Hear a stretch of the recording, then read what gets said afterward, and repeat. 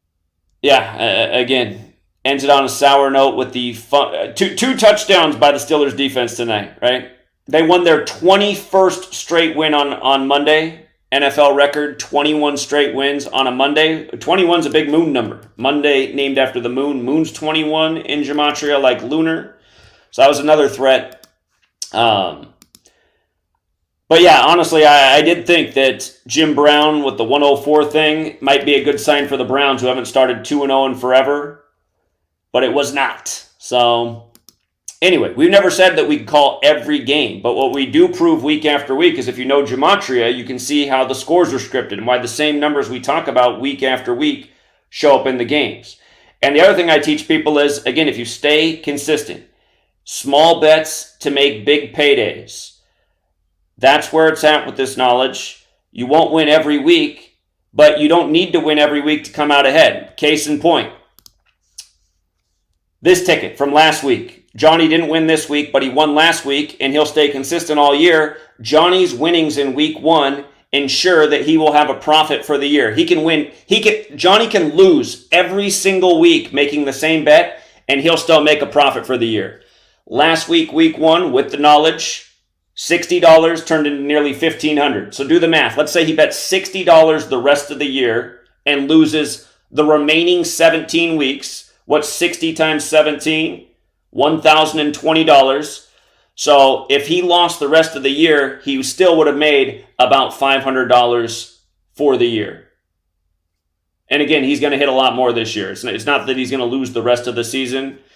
A lot of people this week lost in my community because the Lions game blew it for a lot of people. But again, a lot of people won last week. And again, the guy who's the real fraud, who takes clips, like last week for Thursday Night Football, Lions-Chiefs, I only advised one bet. I said, to me, for this game, it's the small play, big pay parlay with the Lions, because the threat of last week on 35 Thursday was the Lions could win their first game in 35 years in KC in Dan Campbell's 35th game with the Lions, which I wrote would be a really good feel-good narrative where Dan Campbell's become this like central character, this emotional coach who just, he's just so close to turning this Lions franchise around. But the threat was that the Chiefs, had they won that Thursday game, they would have got their 35th all-time win in week 1. And while that was a threat, we did talk about, again, the Lions, the feel-good story, the NFL keeping people off balance, the any given day on the Gridiron League. So anyway, the troll boy who is the actual fraud, who's dedicated his whole channel to shilling and trolling me, he cut the clip of where I was explaining, why small play, big pay is the Lions bet. But I said, don't bet the house because, again, you do have the threat of the Chiefs 35 too. And again, I always teach people, don't try to become an overnight millionaire. Be consistent. Never bet more than you can afford to lose. Trying to turn a $5 bill into a $100 bill is my favorite way to play because, hey, if you lose your $5 for the week, just skip your cup of coffee, eat one less fast food meal for the week, eat at home and get your $5 back. But, Troll Boy cuts the part of where I'm talking about the Lions and then just plays a clip of me talking about the part of why not to bet the house on the Lions because of the Chiefs side of the threat, and then says, fraud. And it's like, how fraudulent is that? So you're going to edit out what I said to bet on? And then, the guy's just a total fucking loser. So again, that is also why episode 1 is called Who is the Fraud? And by the way, the phone line is open so the fraud out there screen recording. If you want to call in and defend yourself, the line's open to you. If Fraud Boy wants to call in and explain how I'm the fraud when he does that every single week, just cuts and edits things so that it makes me look bad. Again, he'll sit there and record a 3-hour live stream and cut it up. Just so things favor him, he'll cut out all the good stuff and just put all the stuff in there that can look bad. Totally devious thing to do. But again, here's someone who went with the knowledge last week and who's done this a lot of times and who's been doing it for years and a veteran of the community. And then you have Fraud Boy putting out a video going, if you went with Zach's picks in week 1, you would have lost a fortune. It's like, well, here's a guy who went with the information I put out in week 1. He didn't lose a fortune. He turned $60 into $1,500. And again, a lot of people had a great week 1. And a lot of people had a very good week 2 as well. So Here, let's see it. Let's see if this is Troll Boy calling in. We'll know if he has the cocksucker lisp. Is that you, Troll? Troll? He's not going to say anything. Yeah, it probably is him. If you guys have ever heard him, yeah, he's got one of those cocksucker lisps.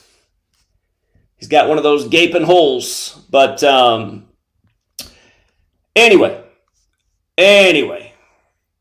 Again, as time's gone on, you guys, the NFL has definitely learned that this community has taken big advantage, again, in all sports, and they have made things a little bit trickier. Tonight, the first night we've ever had one of these perfect Black Panther rituals line up, and it failed. And the Browns-Steelers game, it was a dangerous game, so I'm not shocked about that one, but anyway, it was still a winning week. Positive week, nice upsets, a lot of good calls, proof all over the place of how relevant Gematria is. I mean, like I always say, Houston in 31. You just want to make a living off sports and Gematria, just pay attention to how often Houston in 31 can come up. I mean, baseball, NBA, NFL, it comes up a lot. And it's just a consistent winner. There's this MLB season, I mean, we've probably won on 31 in MLB.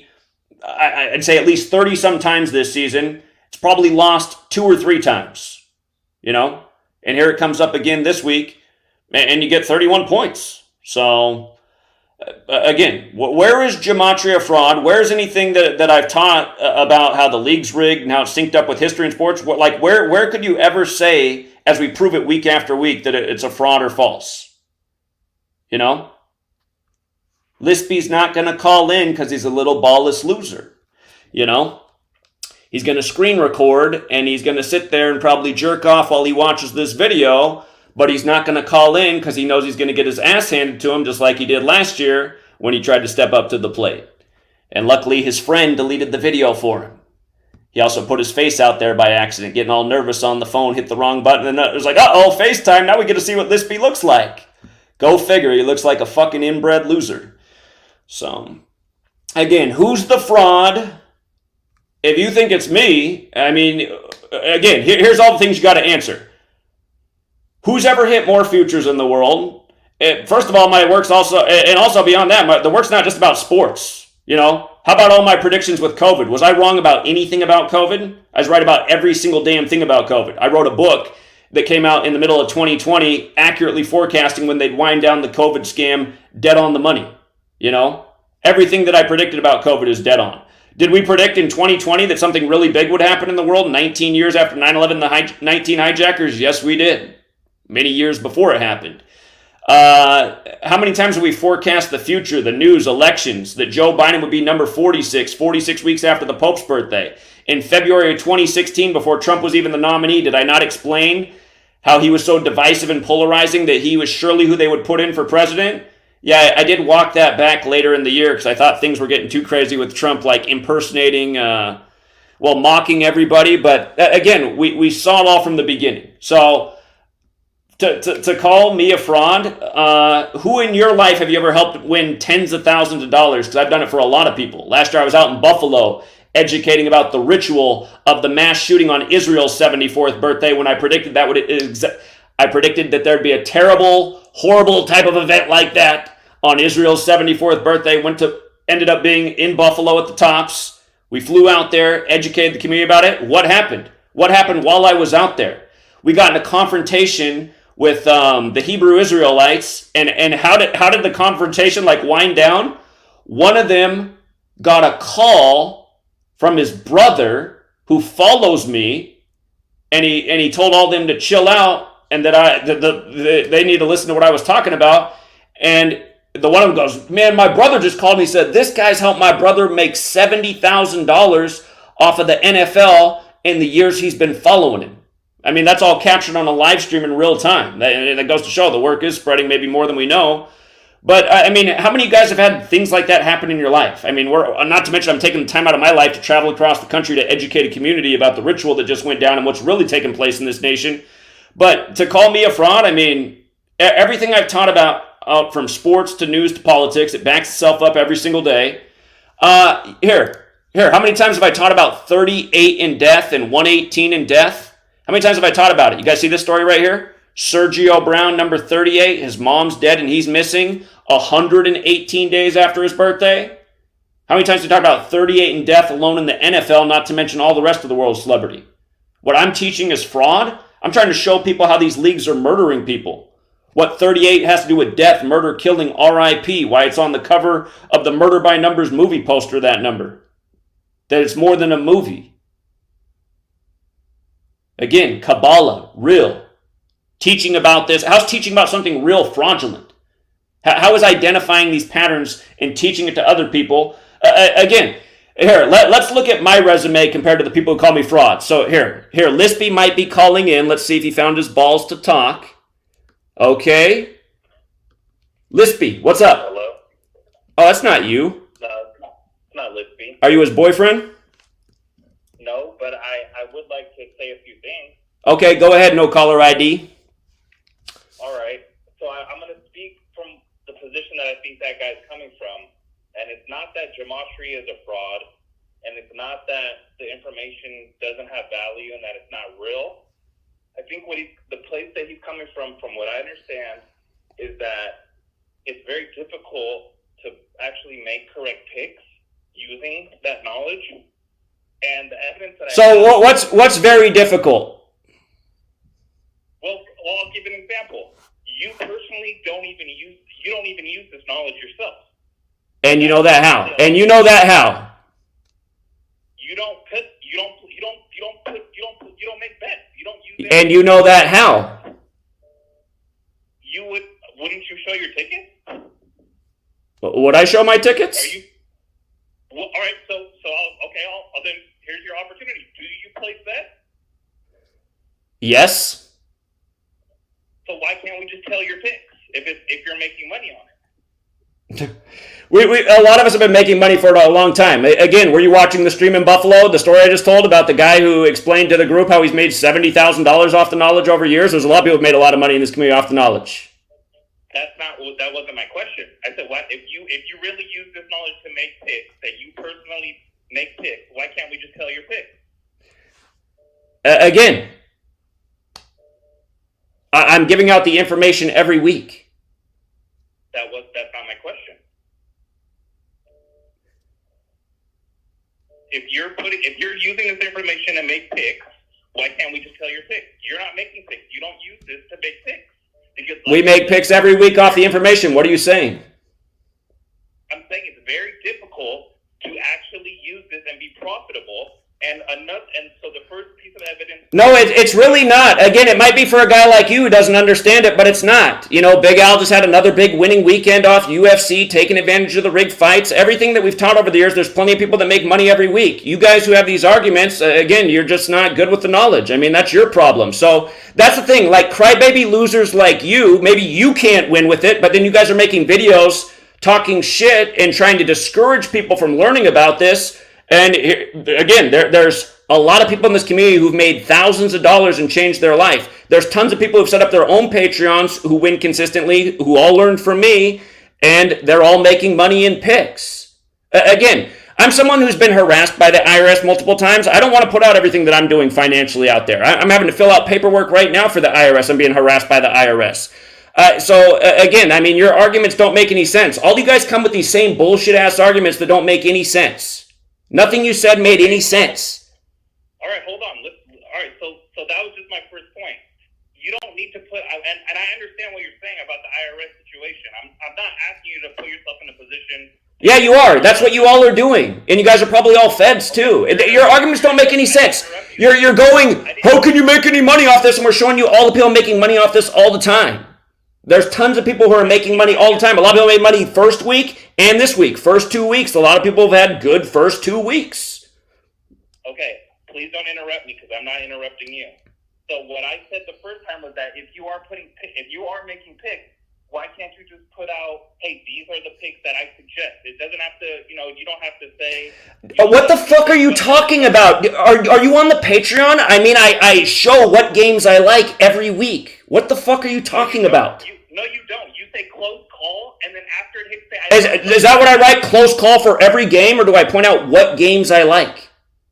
I can specifically tell you that for the Tampa Bay Buccaneers game in week 1, you said close call, and then on live stream afterwards, you said I love that game. Okay, you're full of shit. You're full of shit. I was emphatic about that game. I said the one. Hold on, you're full of shit. I put out a separate post once I realized how they could get the 170th all-time home loss plus the 62. Emphasized it over and over in the Patreon videos, like what, 5 fucking times, that I thought that was the best upset pick of the week?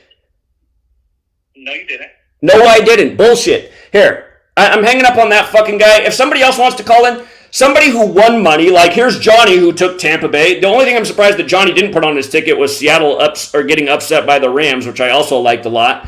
But again, that guy's a fucking loser. Anybody can go back and listen to the video and go read the posts. And again, we did another stream even that Sunday morning, and I again emphasized the Tampa Bay upset and how Mayfield, I mean, again, I said the one thing to worry about in that game is the 26 could fall either way, but you had the 62 Tampa Bay history and you had the 170th franchise loss in the history of Mayfield winning in his first game. And again, I mean, it's just the Lispy guy who's probably his bunk buddy right there. Literally, you guys can watch my live stream in Seattle where in the first 5 minutes of the stream, I'm telling the Seattle fans all about 94 in Seattle and why they shouldn't hang their heads when Stafford gets his 94th win today before the game's played. And then you got Lispy making videos saying that I never liked the Rams to win. It's just like, this guy's a fucking loser. Here, let's see if we got somebody who's actually honest to call in. 718. Hey, how's it going, Zach, man? Yes, I did actually make money off your decodes. Most of the time I actually do. But I have some mind-blowing shit here, man.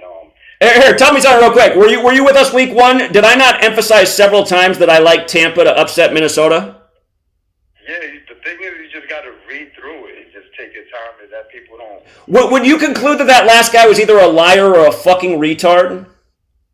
Is that, some people always find something to complain about. Yeah, I mean, that guy's got to be a fucking loser. It's like, you guys, for people who don't know, you have no idea how many times I emphasized how much I like the Tampa's narrative to beat Minnesota. I mean, for that guy to call and be like, no, you just said it was close call. It's like, get the fuck out of here, sorry-ass motherfucker. Anyway, go ahead, 718. The track record speaks for itself. Like, it needs you understand, no explanation for them. I mean, I don't understand, but, But I was calling in because I remember, like, a couple lives back that you said, something about somebody talking about like the power going out, like that's going to be the next big event. But for some reason, like the Seattle Mariners, they came to New York 2 weeks ago, and Fauci came out talking about the variant and how it's not going to be the same tsunami. Like they were emphasizing the word tsunami, and Mayor Adams the next day talking about how the economy is going to crash into a tsunami, economic tsunami. So I'm like, okay. And everybody has been talking about how they've been getting dreams about a tsunami hitting the East Coast. Funny enough, that same week, there was this Russian TV show talking about the torpedo they had called the Poseidon. So I went to Gematria, and I figured out that Poseidon equals 97, tsunami equals 97, tidal wave equals 97, and the Dolphins equals 97, and the Mariners equal 97. And all of them are they're the same numbers, 97, 43, 119, if you type them in. So just like the Patriots did before September 11th, I wouldn't be surprised if this happens on the East Coast and the Mariners win the World Series this year and the Dolphins make the Super Bowl. I mean, all of the numbers are the same. And even if you type in ocean, it's 97 in reverse, but 38 is there too. Like, they're all similar. So I wanted to call in because that was just mind-blowing. All of them 97 through, similar numbers, same numbers. So, yeah, I just wanted to call in for that. Okay. Interesting observations. Appreciate it, man. Thank you. No problem. All right, later. The thing that's interesting about the Mariners this year is there's only one team in all of MLB that equals 119, and it happens to be them. And again, Seattle is directly connected to that other 119 date through Boeing and Magnus and Klemenkic Associates. But Woo! There's a team I like a lot more than them, and they're in the other league. What's up, 209? Hey, Zach, what have you always said to do in these close riddle games, right? Take the dogs with the points. Exactly what I did tonight. The first game was a push on the spread because it was a 3-point favorite, and you had a 3-point game. On my book, it was 3.5. So Oh, it worked. Okay, nice. Okay. Yeah, some books. I also gave it out +4 to like my people I give out picks to, so it was good. It was a good night for us. Well, I'm glad taking the points worked out for you. So you went Steelers with the points, huh? Caller? So I didn't touch the Steelers game. Oh, you left that one alone. Yeah, that was a smart call because, like I said, I knew once Watt scored that touchdown, it was over. I was like, that's the final score right there.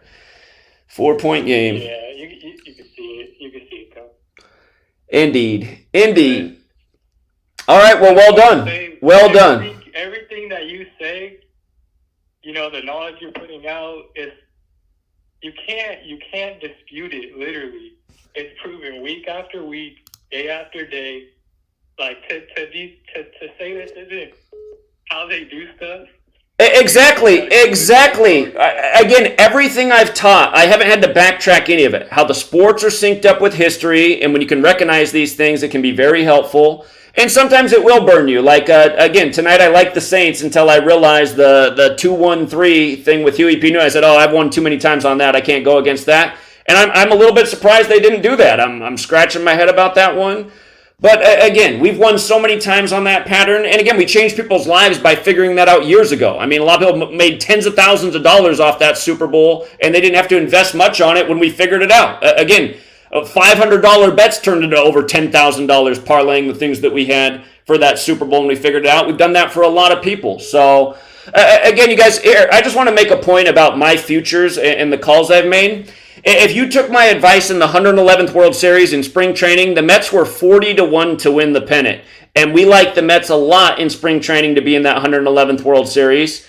So, again, you'd bet 100, you would have done 40 times your money. In 2016, we nailed every sports future. Imagine hitting every sports future. That's huge odds. So, I mean, we haven't hit every future every single time, but we've hit so many futures over the years in so many sports. If you were just being consistent, you're playing with so much house money. I mean, just after the Mets, you would have been able to lose your next 40 futures if you just bet 100 each time, and that definitely hasn't happened. We've hit so many futures. So when I have these people calling in going, the problem with the knowledge is it's so hard to win. No. If you've been following me over the years and doing what I've been recommending and putting out, you are way ahead. And there's a lot of people in this world that are that way. And like I've also said, in the last 3-4 years, it has become more challenging calling games and even futures. And I think that's because, again, I mean, I had USA Today write their article about me in January of 2016. It's almost an 8-year-old article now. There's eyes on what we're doing. Maybe tonight, had we not noticed the 2-1-3 thing and I stayed with my Saints pick, maybe that would have played out. Part of me wonders about stuff like that. Because, again, you got to ask, why did they script it that way, but then not have that be the outcome? So, anyway, anything else? No, really, man. I was going to say most recently, too, the Phillies, to make it to the World Series, you had that one. You had that one dialed in. Hold on. We're going to get World Series. Okay, I had to take 2 teams last year in the NL. I had Phillies or Dodgers at the start of the season. And we were lucky it was the Phillies because it was a lot better payout. The year before that, 117th World Series, we had the Braves or the Dodgers in the National League, and to win the World Series, Braves won it. So the year before that, we only had one team, Dodgers, to win it all. Dead on. 115th World Series, before the playoffs started, we had Nationals to beat Astros in Game 7, exactly what happened. Helped a gentleman turn a $5 bill into over $5,000 off that. And again, that was Big Al, who parlayed that with some UFC fights and some other things. 114th World Series. That was the year we helped a gentleman make over $300,000 because that was the year that Boston over LA World Series was synced up with Boston over LA Super Bowl 99 days apart in the 99th NFL season when New England's 99.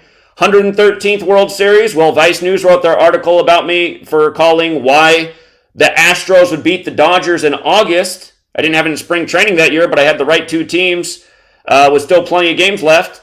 112th World Series, we guaranteed the Cubs would win the World Series in spring training. That was right. 111th World Series, the first ever baseball future I put out, I had Mets winning the National League and being in the World Series with huge odds. So, I mean, that's all facts for Major League Baseball. And again, that's just one sport. We've murdered the NBA, NFL, MLB, college sports. I mean, yeah, who's the fraud? Anyone calling me a fraud is the fraud. You know, and you always talk about Skull and Bones going deep into these leagues. You know, Mike Evans, he got a touchdown his last game. It was 22 months and 3 weeks since his last touchdown versus the Bears. Skull and Crossbones 2-2-3, Tampa Bay, the Skull and Bones team. He does it. He gets the touchdown. Yeah, you know, it's funny. I just saw this movie this weekend. Talking about forever. I'd never seen the movie Wolf of Wall Street before this weekend, and if you've seen that movie, early in the movie, it's about a true fraud, a fraudulent accounting or stockbroker firm that rips people off with penny stocks and other things. But they're gloating about how they made $22 million in 3 hours. So numbers are everywhere. What a joke. Yeah. So, anyway, appreciate it, man. And I'll let other people call in. All right, appreciate the call. Later. Thanks. What's up, Joey? Yo, I just want to say this knowledge has made me be able to call shit like a motherfucker, man. Hey, did you bite on the 2-1-3 riddle tonight for the Panthers? I didn't. I'll get to why I didn't. I'll get to why I didn't like the Panthers tonight. I like the Saints, actually. I did like the Saints until I found the 213 days after Huey P. Newton's birthday, and then I said, oh, never mind. Yeah, I'll get to that in a second. I wanted to start with Thursday night football with the Vikings and Eagles. I already covered the Thursday night football ritual. We don't need to go over it again. No, I made a good prop bet. I made a really, really good... We had a lot of nice prop bets in that game. Okay, what was your prop bet that you had? Jordan Addison. Yeah, I liked him. Jordan Addison to have a good game. Yeah, I liked him to have a good game too. He had the numbers for that game. We hit it. The only prop bet of mine that missed in that game was Boston getting a touchdown, number 35. I thought he might do it on Thursday. But this is how rigged it is. This is why I said Jordan Addison's going to have a good game. I don't know what you had, but this is what I had. So back on the 201st day of the year, he was in the news for going 140 in an 85, or in a 55 mile per hour zone. He was going 85 miles per hour over the speed limit. National Football League equals 85. This was on the 201st day of the year. Exactly 85 days after he was drafted. He was going, and the key number with this is 140. He was in the news for going exactly 140 miles per hour. And of course, he went to college at Pittsburgh, which equals 140. Then he transferred to the USC Trojans, and USC Trojans equals 140. So Thursday night football, I noticed I did the days from the day he was drafted until this Thursday night football, 140 days. I'm like, okay, he's going to have a good game. It's 140 days after he's drafted, and he was in the news on the 201st day of the year for going 140. But get this. So that was the 201st day of the year. Thursday was the 231st day of Jordan Addison's age. 201 and 231. Like Ignatius of Loyola, who created the Jesuits, they have these riddles on point. Like, look at all the headlines, people. It's not 139 miles per hour, 141 miles per hour, exactly 140. And I covered that story back then because he was going 140 in a 55, so 85 over the speed limit. National Football League equals 85, and the 201st day of the year, July 20th, was 85 days after he was drafted. So they're syncing all this up perfectly. And So that was that point. But the 213, why I didn't like the 213? Well, first of all, Huey P. Newton we know equals 131. Today, well, the game Monday night was the 131st day of Cam Newton's age. And of course, the Panthers have been very terrible. Just probably the worst team, like being objective here. Since they released Cam, when he had still 1 year left on his contract, the Panthers went and released Cam. Since then, they've just been trash. They traded a bunch for Bryce Young, who, if you don't know this, Cam Newton went to Auburn, the rival college of Alabama, who's the powerhouse in college football. And now they have Bryce Young, who went to Alabama, the rival school of Cam Newton's school. So do you really think that they're going to let... Oh, the Super Bowl Cam Newton was in, Super Bowl 50. And keep in mind, Monday night had 50-date numerology. So it makes sense they're doing this riddle on 50-date numerology with Huey P. Newton on 50-date numerology when they were in Super Bowl 50. But do you really think they're going to let... Oh, this is the point I'm going to make. That Super Bowl, February 7th, 2016, guess what? Cam Newton... Joey, all that... Joey, these... okay, I mean... Let me finish. If you look up the birthday of Auburn University's birthday, it's February 7th, the date of Super Bowl 50. So let me get to my point. They're not going to have Bryce Young, who's the complete opposite of Cam Newton. He's just short. He's just small. He looks like a fucking middle school JV quarterback. They're not going to have Bryce Young do a fucking Black Panther ritual when... Who'd they have here, just to show you guys what they did last year. From Chadwick Boseman's death, August 28th, 2020, to the Thursday night game, which was November 10th, 2022, the day before the new Black Panther movie came out. Notice it was 115 weeks later, and that night on Thursday Night Football, the Panthers got their 115th home win. And what is it? Is it like, what is it again? Is it Panthers is 115? Yeah, Panthers is 115. Panthers is 115. Who was the quarterback in that game? Who was the quarterback? Was it Mayfield? I can't remember who it was now. Marcus Mariota was the quarterback for the Falcons that game, who went to Oregon, who Cam Newton beat in the national championship game in college. Okay, but who was the Panthers quarterback for that game is what I want to go back and look at. It was either Baker Mayfield. No, it was P.J. Walker. Yeah, and he's not, so I don't know. I mean, because the point I'm making is they don't need Cam Newton necessarily to pull off the Panther ritual. That was a Panther ritual last year. So, again, Black Panther equals 213, Monday Night Football 213, 213 days after Huey P. Newton's birthday. They could have got their 213th franchise win. They had no reason to be on prime time.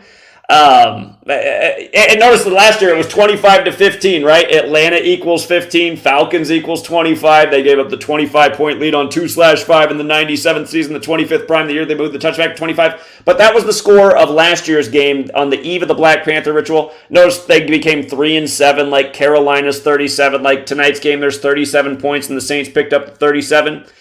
But yeah, I don't know if it matters that it's not Cam Newton. So I don't really follow the logic, honestly, Joey, because it didn't work out that way. But again, the fact that 213 was there and they didn't do it, I'm still a little bit surprised. PJ Walker, you see how he had 101 passing yards in that game? Look at Panthers the other way. Look at when you run it forwards. 101. 101 yards. Panthers 38. They lost in Super Bowl 38. They lost to the Broncos on the 38th day of the year. To Colorado, the 38th state. Last year, the Seahawks become 3-8 versus the Panthers after Russell Wilson goes there on 3-8. And again, the Broncos beat the Panthers on the 38th day of the year.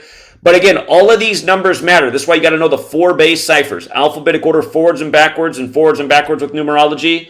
Then you'll see through the rituals. Anyway, I'm going to let somebody else get on, Joey. Appreciate it, man. All right, man. That's it. Yeah, Joey, you guys, he's not. He doesn't. I don't think he has any money to sign up for Patreon, but he calls me every day, and he's doing the decodes himself, and he's usually called me up to share with me some exciting find he had. And I'm like, I know, Joey, it's in my notes on Patreon today. He's like, oh yeah, I'm not on there. I'm like, I don't need to call me every day and tell me what I already have in my notes, but yeah. Anyway, he's a huge Cam Newton fan too, so he's like, you can't compare Bryce Young to Cam Newton. Anyway, it is a little bit of a shocker that they would line it up that way and not do it. And I almost wish I hadn't done the extra research because everybody would have been golden. I had Saints to win before I did the extra homework. 3-4-7. Zach, how's it going? Good. Yeah, what's up? Hey, I heard you talking about the number 4 earlier. I wanted to tell you my notes that I had on it. Okay. So on September 2nd, if you heard the story about Mark Dykey, he was rescued on 9/11 from a cave in Turkey, that's the Middle East. So he got ill on Who is this person? Mark Dykey. Yeah, who's that? He was a man rescued from the Middle East in Turkey. Look it up. I'm not. I know, but who is that? It was a cave explorer. A cave explorer. Okay. So, yeah, so I'm telling you why it's a 9/11 sick ritual. Osama bin Laden, they said he was hiding in a cave. Right. So he was rescued on 9/11. Okay, I get it. Before Yeah. that, on 9/10, the Cowboys hit their 40. They went 40 to beat whoever they beat. I forgot, but 40 points. On 9/11, you had Aaron Rodgers drive 4 plays. He got injured. You noticed the time he went down was at 11:19. He got signaled to go down at that time. The Jets went 91 and stayed on 119 losses in September all time. And on the day of 9/11, the Yankees game got postponed to 9/12. They had a 4-game series against the Boston Red Sox. So on the 3rd game, the Boston Red Sox got defeated by the Yankees. And what was it? It's just everything on the top of my head right now that I'm thinking of. The Yankees got their 846th loss on their 3rd game since 9/11 in that series. They ended up beating the Red Sox the next game. So that does that 4 again, right? Okay. Then they played the Pirates. They played the Pirates, and they're on their 1,805th game since 9/11. The World Trade Center is 185. Right. They gave Derek Shelton his 322nd loss. George Bush, a member of Skull and Bones. Okay? So I'm just chiming in about that number 4 that you're bringing up. The Yankees played a 4-game series against the Boston Red Sox. They got their 846th loss in that series. And, just chiming in with everything with 9/11. Okay, yeah, that's interesting. Again, they say the first plane hit the building at 8:46, and then they put that number on George Floyd initially in the Twin Cities, and There was 4 planes total in 9/11, right? Then on the 2nd game against the Pirates, the Yankees gave the Pirates their 40th home loss in that series. So they went 37-40. There was 37 passengers in Flight 93 and 4 hijackers. Okay, I forgot to say that Mark Dickey was also 40 years old. And in an interview that they had of him, they had the game Jenga. The Jenga where you build a tower. Right. And, you play the game and, it gets knocked down. Right. So it's pretty crazy. But shout out to Itachi. He pointed out the fourth book of the Bible is the book of Numbers.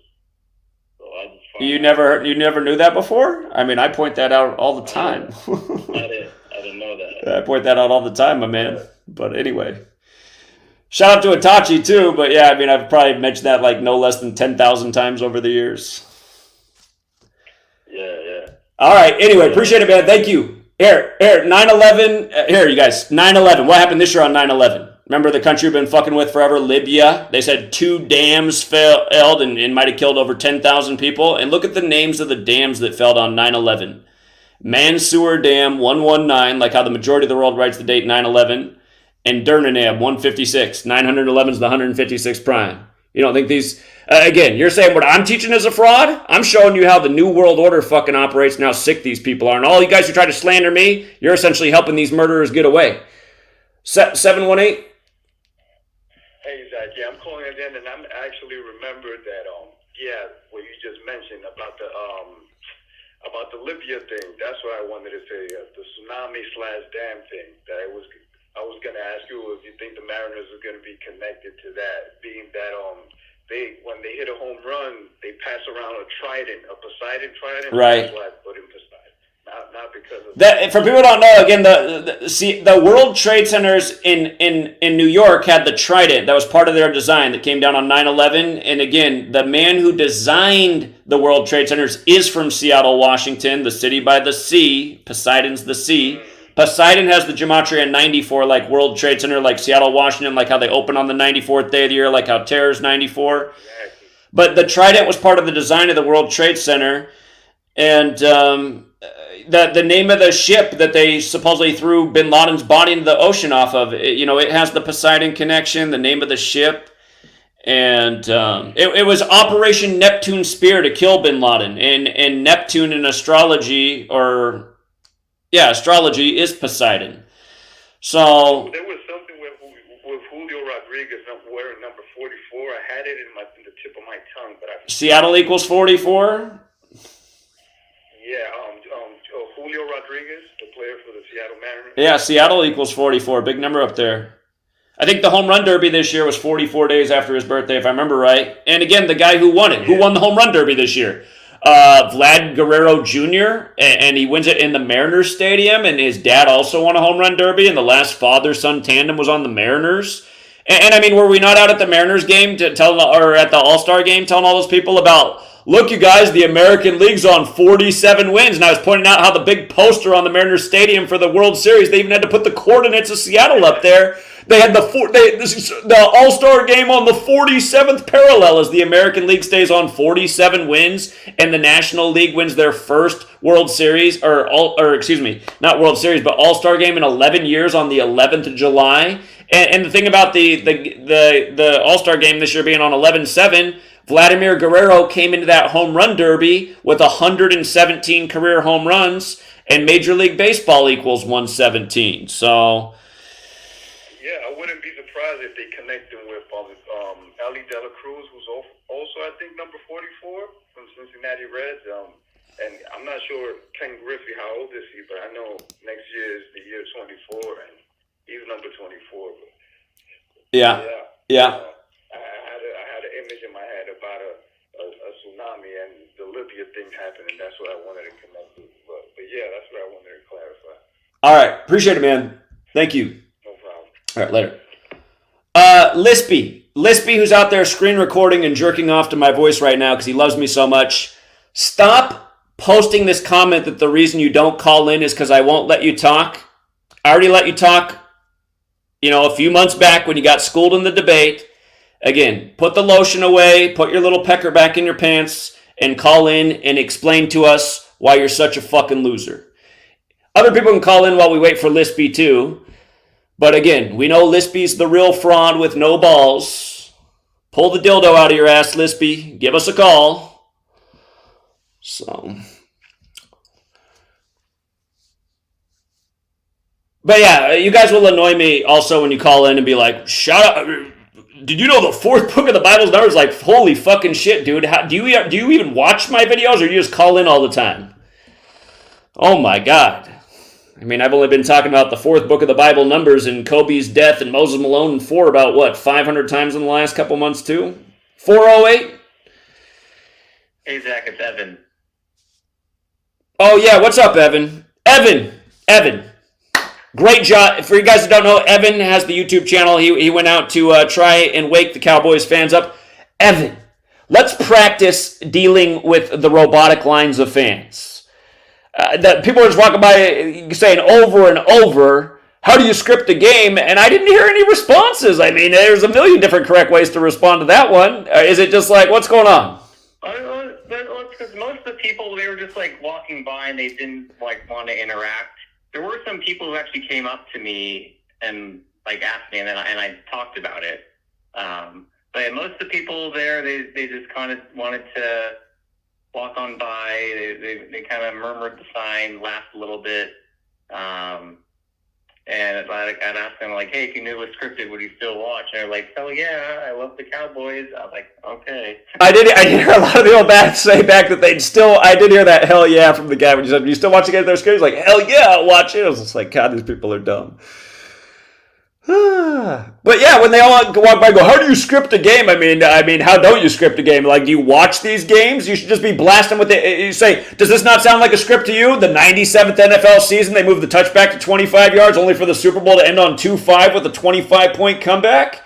I mean, where's that the script? And then just go over to the next example and the million other examples. I mean, what they just did on Thursday Night Football. It's just...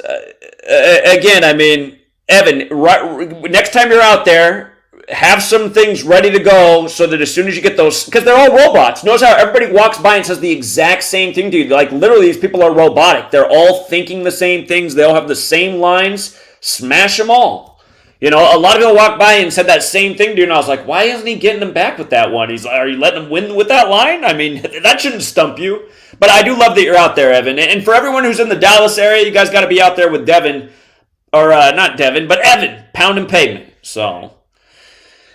Yeah, the one thing that helped this time is I printed out notes, and I printed out like 20 copies, and I was handing them out to people, and most of the people didn't want them, but I was able to give all of them away in the 2 or 3 hours that I was out there. So that was good. Hopefully they'll go home and actually take in the information that was on there. Like I had the stuff about last Monday night. I had the what else did I have? I had a bunch of stuff about like the last time the Cowboys won the Super Bowl. I had the stuff about the deaths of Dak Prescott's relatives and the death of Marion Barber on there.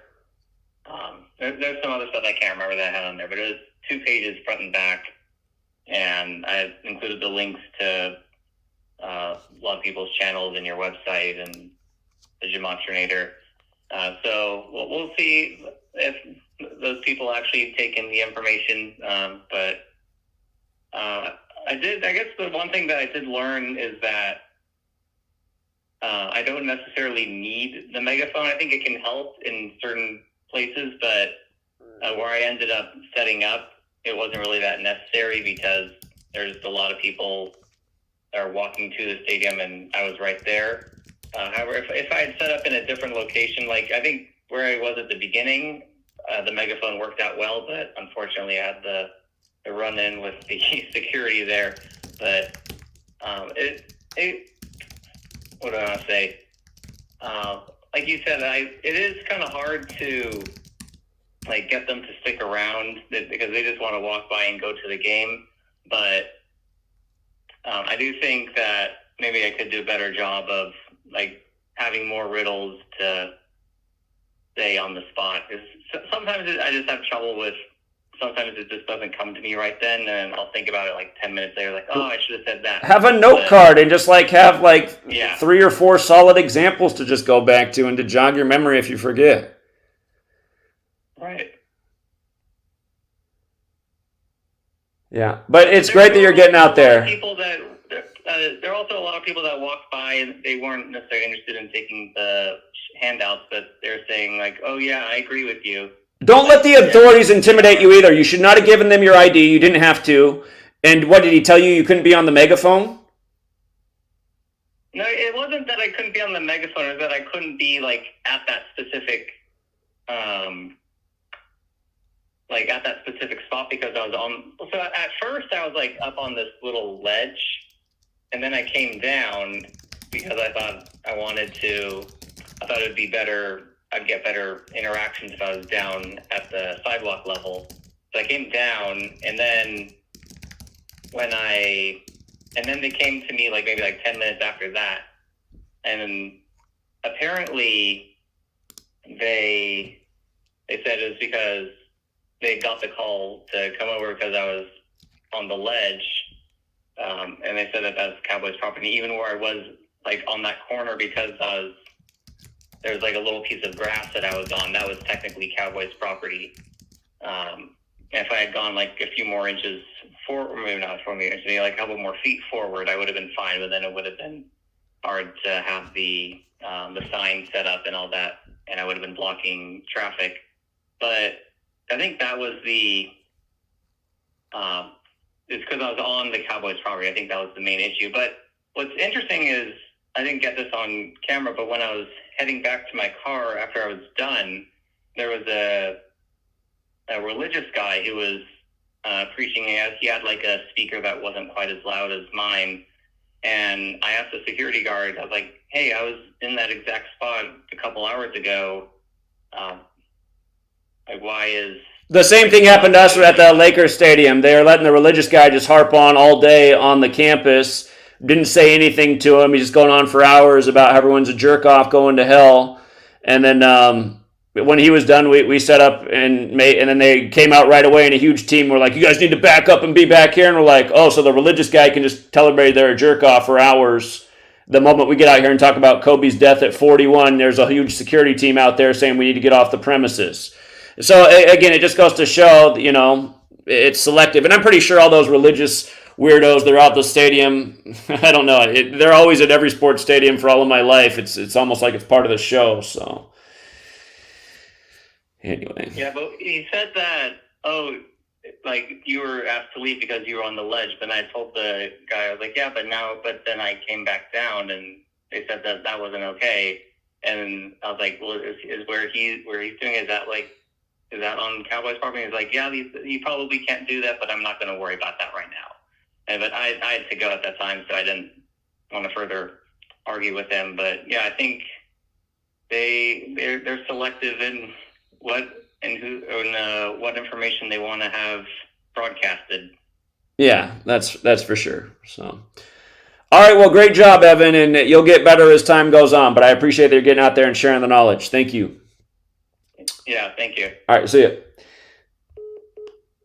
Yeah, it's amazing, all these losers that just like hang around and troll but don't have any balls to call in, and then when they do call in, they just have the same stupid shit that doesn't make any sense. Their false accusation. "How come you don't bet on it?" It's like, what the fuck are you talking about, moron? What do you know what I bet on?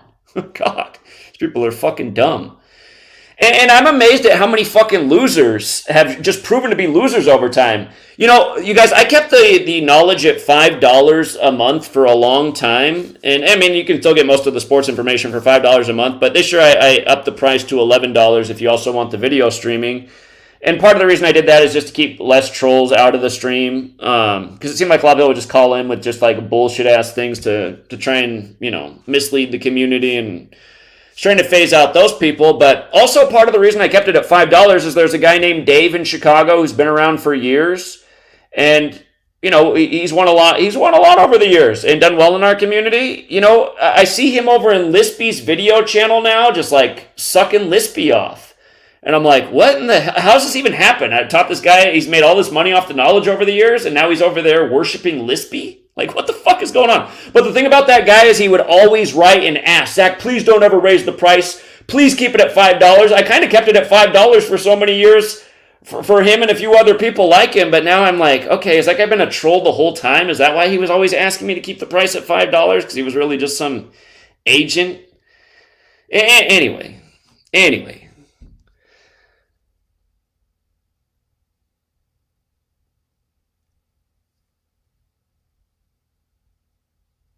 Lispy just won't put away the lotion bottle. He's in his dark little rat hole right now, screen recording. Can't wait to do the video edits. But it's amazing. It's like, how many, it's God, just like people. Can somebody else call in? Joey, you already had your call for the night. Please, one call only.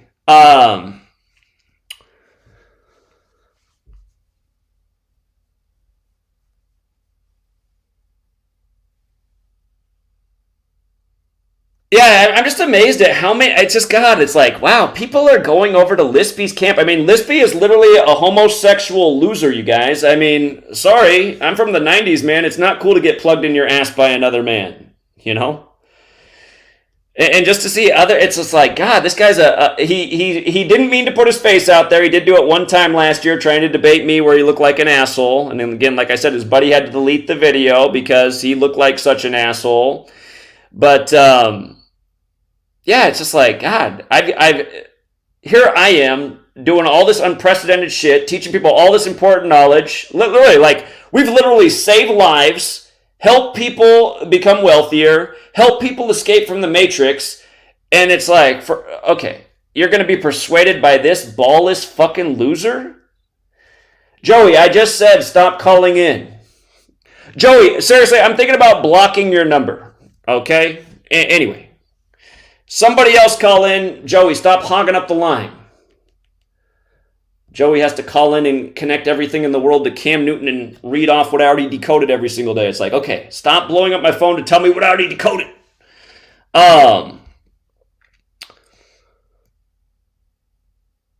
Yeah, exactly. I see why Lispy was hiding his face too. I mean, I hate to make fun of people's appearance, but you think about, it's like, what kind of guy, for you guys don't understand, Lispy has been trolling every day since 2015. Imagine trolling a man for 8 years, because that's how long Lispy's been trolling for, and he'll go, that's a lie. I've only been trolling from 2017.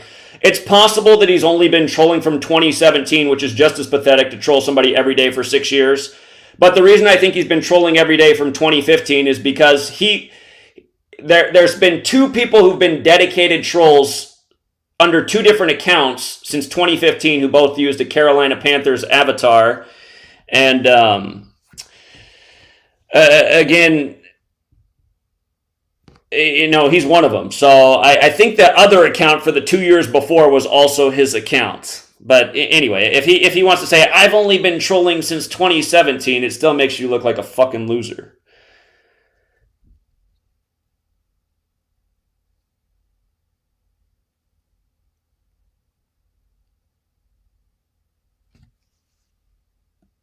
Okay, so again, just proving my point. Nobody can call in and explain how anything's a fraud. All they can do is, trim up videos and cut out, the key line and then say, oh, see, he's a liar. It's like, okay, you cut out the part where I was recommending that again, last Thursday, you guys, this loser I'm talking about, he put out a video saying I lied about Thursday Night Football. It's like, no, I didn't. Okay, the first stream of the year, I advised to pick for the Lions. Second stream of the year, advised to pick for the Lions. At no point did I ever advise a pick for the Kansas City Chiefs in Thursday Night Football. So, again, I'm just sick of that guy editing videos and going, oh, look. It's like, okay, what about the part 10 seconds before that you cut out? What's up, DK? Hey, Zach, what's going on? Yeah, what's up? I usually don't call for sports, but I got a little NFL decode if you're interested. Sure. What was the date again? The first day, the first touchdown scored this whole season was Mr. Amon-Ra, right? Yeah, with the 104 name Gematria for the 104th NFL season. Right. So 104, which is a numerology value of 5. So let me just give you the little history that I think kind of lines up with this. So Amon-Ra actually isn't a person or any kind of god that they were worshiping. It was actually a priesthood. So Amen means without, and Ra is the sun. So without the sun or without God, godless. So, these are in Luciferian priesthoods. And so you had the rulers at the time, which always were puppets, and then they had the priesthoods, which were controlling the pharaohs, just like we have now the priesthoods controlling the politicians that are just clown puppets. So these puppets of the priesthoods, when it was the Amen-Ra priesthood, when they took over Egypt, the puppet pharaohs were called Amenhoteps. So Amen, which stands for the Amen-Ra priesthood, and Hotep, which meant like agent of or puppet of. So Amenhotep meaning like puppet of the Amen-Ra priesthood. So you had Amenhotep 1, 2, and 3, and then Amenhotep number 4 in the middle of his rule decided, hey, you know what? I'm sick of you black magic priesthoods. I'm kicking you guys out. My name's not Amenhotep anymore. He changed his name to Akhenaten. And Akhenaten, Aken basically means like the awakener of, or the one who brings forth. And Aton means like the truth of the all, or the all. So the one who brings forth the truth of the all, or if you want to say it like that, term it like that, the one who's bringing the overwhelming, all-knowing truth of everything. So he was like, all your bearded gods and all these gods that you guys are worshiping, the Amen-Ra priesthood, those are all still under one actual creator. So those are not actual gods. Those are just people that you're calling gods based on their level of technology and understanding. So then he became Akhenaten. And if you look at this guy who, or this priesthood, like the Amen-Ra priesthood, they were the first ones wearing sunglasses back in the day, because it's without the sun, so they're blocking themselves from the sun. They would come out at night, and they were the first negative, like people doing like ritual ceremonies and seances and stuff during from 2 a.m. to 3 a.m., which is now to us called the witching hour. So between 2 and 3 a.m., like Mr. Amen-Ra wears number 2, 3. So, and then another, very, very popular, almost magical figure for us in sports is Jordan, who wears number 23 as well, who was born in the same hospital as Mike Tyson, just like Curry and LeBron James were born in the same hospital. And by the way, Tyson, like Tyson Chicken, another fake Jewish name, and Jordan, another fake Jewish name. But anyway, so, this guy, they wear 23, which... I don't know any Jews named Tyson or Jordan. Tyson Chicken. Okay. Yeah, it's kind of a popular name of old, not necessarily like modern day, but it used to be. And then Jordan as well. If you look at a lot of these, like go through list of Beverly Hills lawyers and stuff, and you'll see how many of them are Jordan. You would think like, what the hell is going on here? All these guys related to Michael Jordan, but it's actually the other way around. So anyway, the numerology of that again is 5, and they're controlling. They're like you were talking about. Is it really magic? So that's where the magic comes from. Is element number 5, the 5th element, or the ether. So they're controlling. They control. They're controlling our 3rd dimensional realm with this magic, which is the 5th element, but it belongs in the 4th dimension. So like the 4th dimension is our 3rd dimension has 4 elements, earth, wind, and fire, and water. So the 4th dimension has 5 elements, which you add the ether. So you have the 4th element being controlled by the 4th dimension being controlled by the 5th element, so 4 or 5, and then Jordan also wore number 45. And if you look at it like kind of like from a big picture perspective, this is really what the whole thing is about, is controlling our physical realm with this 5th element that they're knowledgeable of from like the 4th dimension. So this is where they get all this stuff, like the priesthoods. And then to finish that one off, Akhenaten got infiltrated by a priesthood as well, and then they became the priesthood of Aton, like Akhenaten, and they're basically what this two-sided snake or double-headed eagle that you have now with the, fake Jew and Catholic alliance, which is also fake Jews, of course, because, otherwise the Pope wouldn't be wearing a yarmulke. So, and if we really want to get down to brass tacks, who are these fake Jews? They're Nazis. They're, they pretend to be fake Jews here in America. And hey, hold on. Speaking of the Nazis, did you see what the New York Times just wrote the other day that everybody else syndicated? No, what? So the New York Times put out this article on September 16th, which is during Rosh Hashanah, the Jewish New Year, that Pope Pius XII, again, that's the one who was Pope when the CIA was established on the 201st day of his age, but the proof is that Pope Pius XII did know about the Holocaust because a Jesuit priest wrote him a letter about it. And yeah, it's just, again, just the Jesuits. Supposedly this is a new revelation. This just came to light this year during Rosh Hashanah. Yeah, I mean, it's, they made up all these names, Jewish, and they made up that name. That's not anything real. Jesuit, they made up that name. They made up all these names to hide behind, and then they're basically confusing us, worldwide as to who they are. Because these white Europeans who come to America and then pretend to be Jewish, they would never do that like in my country. People would just laugh at them. We know exactly who they are. We had to kill a bunch of them, in World War II. So over there, they pretend to be Catholic.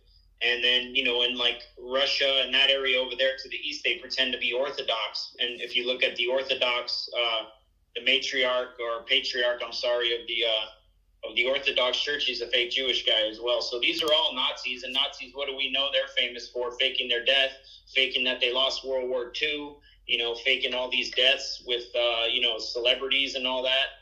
So, I mean, it's the same MO. It's so obvious. It's the same guys doing it, whether they want to act like they're a religious order, whether they want to act like they're a military order, or whether they want to act like they're intelligence agencies or whatever. It's always the same MO. They have no creativity. It's just the same repetitive pattern.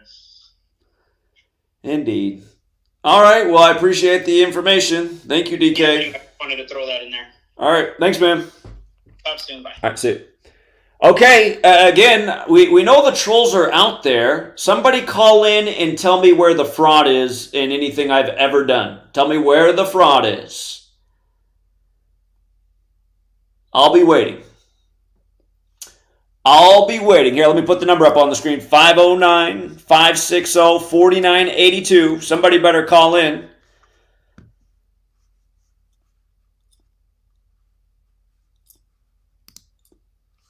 $509-560-4982. Somebody better call in here and explain anything that's fraudulent that I've done in teaching this work. Again, accurate predictions from day one. Everything I've ever said about the work, 1,000,000% true. You can verify it every single day. And while we wait for one of these people to call in, or hold on, maybe this is it. Maybe this is it from the Minneapolis area, 612.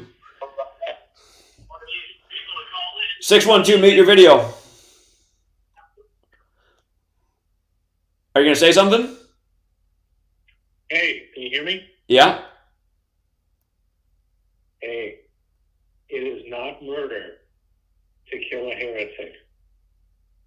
And without the blood and without the shedding of the blood of the heretic, there shall be no salvation. Okay, so what point are we making?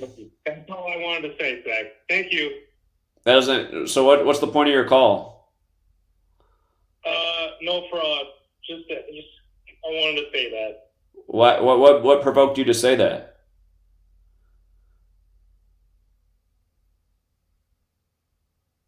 Hello? I don't know what provoked me. Okay, seems really a random thing to call in and say.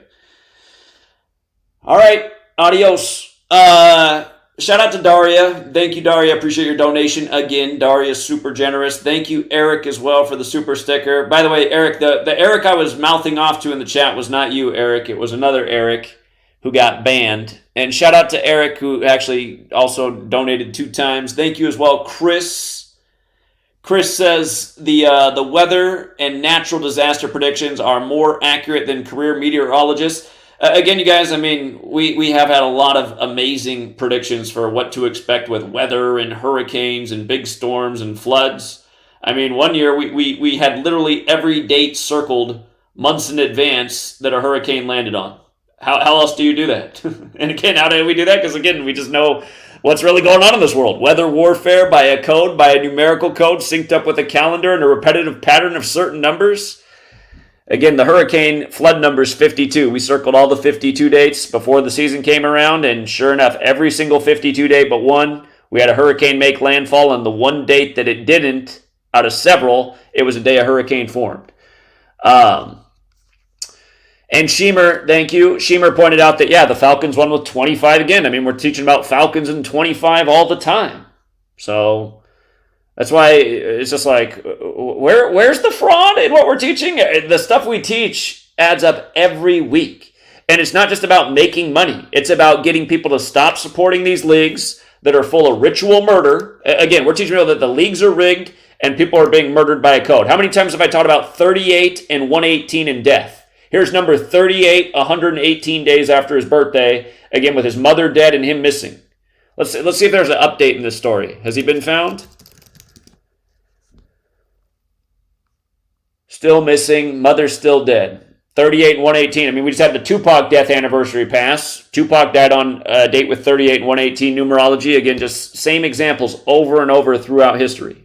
So nobody can call in. So, like, people are always making videos attacking me and just like putting out really weird shit, but they'll never fucking call in. What kind of fucking losers are these? Call in. Like a real man will confront somebody. Like I confront people.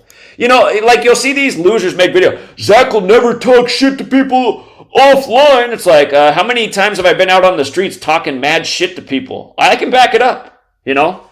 I might not talk shit to somebody who's built like a linebacker or a defense end and is 6'6", but most people I'll talk shit to. Here, you want to scrap? I know how to do that too. Lispy says if I go to Atlanta, he'll show up. I'm almost tempted to fly out to Atlanta just so I can curb stomp Lispy.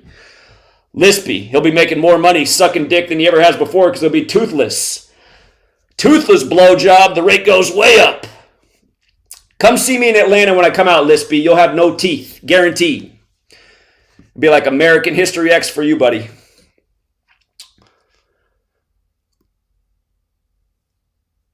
Yeah, exactly. Where's the crackhead Cuts? Who brought that crackhead into the community? Yeah, why doesn't he call in? Talk about another fucking loser. What is he, like 5'2"? I could score 3 points from 50 yards away with Cuts. I could kick him right through the uprights. He's online talking big shit, and it's like, what are you talking about? Little guy? I mean, I hate to call people a little guy, but he's a little guy. He's like 5'2". 5'2". Ugh, God, who are these people?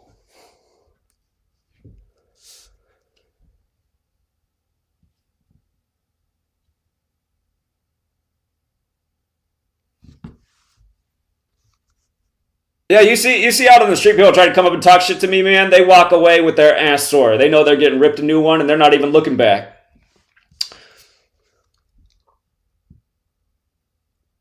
Exactly. None of these pussies will call in. Who's the fraud? You pussies are. Otherwise, you'd call in. You guys don't have anything. Just dumb fucking comments. Edit my 3-hour streams to make me look bad. Oh, here, we'll cut out all the good stuff and just cut the clips. It's just so annoying, you guys. It's just like the Lispy who's screen recording right now, I guarantee it, because that's all that fucking loser does is sit here and watch my YouTube channel at all hours of the day. But again, just his MO is what'll happen in a live stream if you call in. I'll open up with a game I like. Somebody will call in and they'll give a good narrative going against me, and I'll think about it and I'll say, okay, I'll entertain it.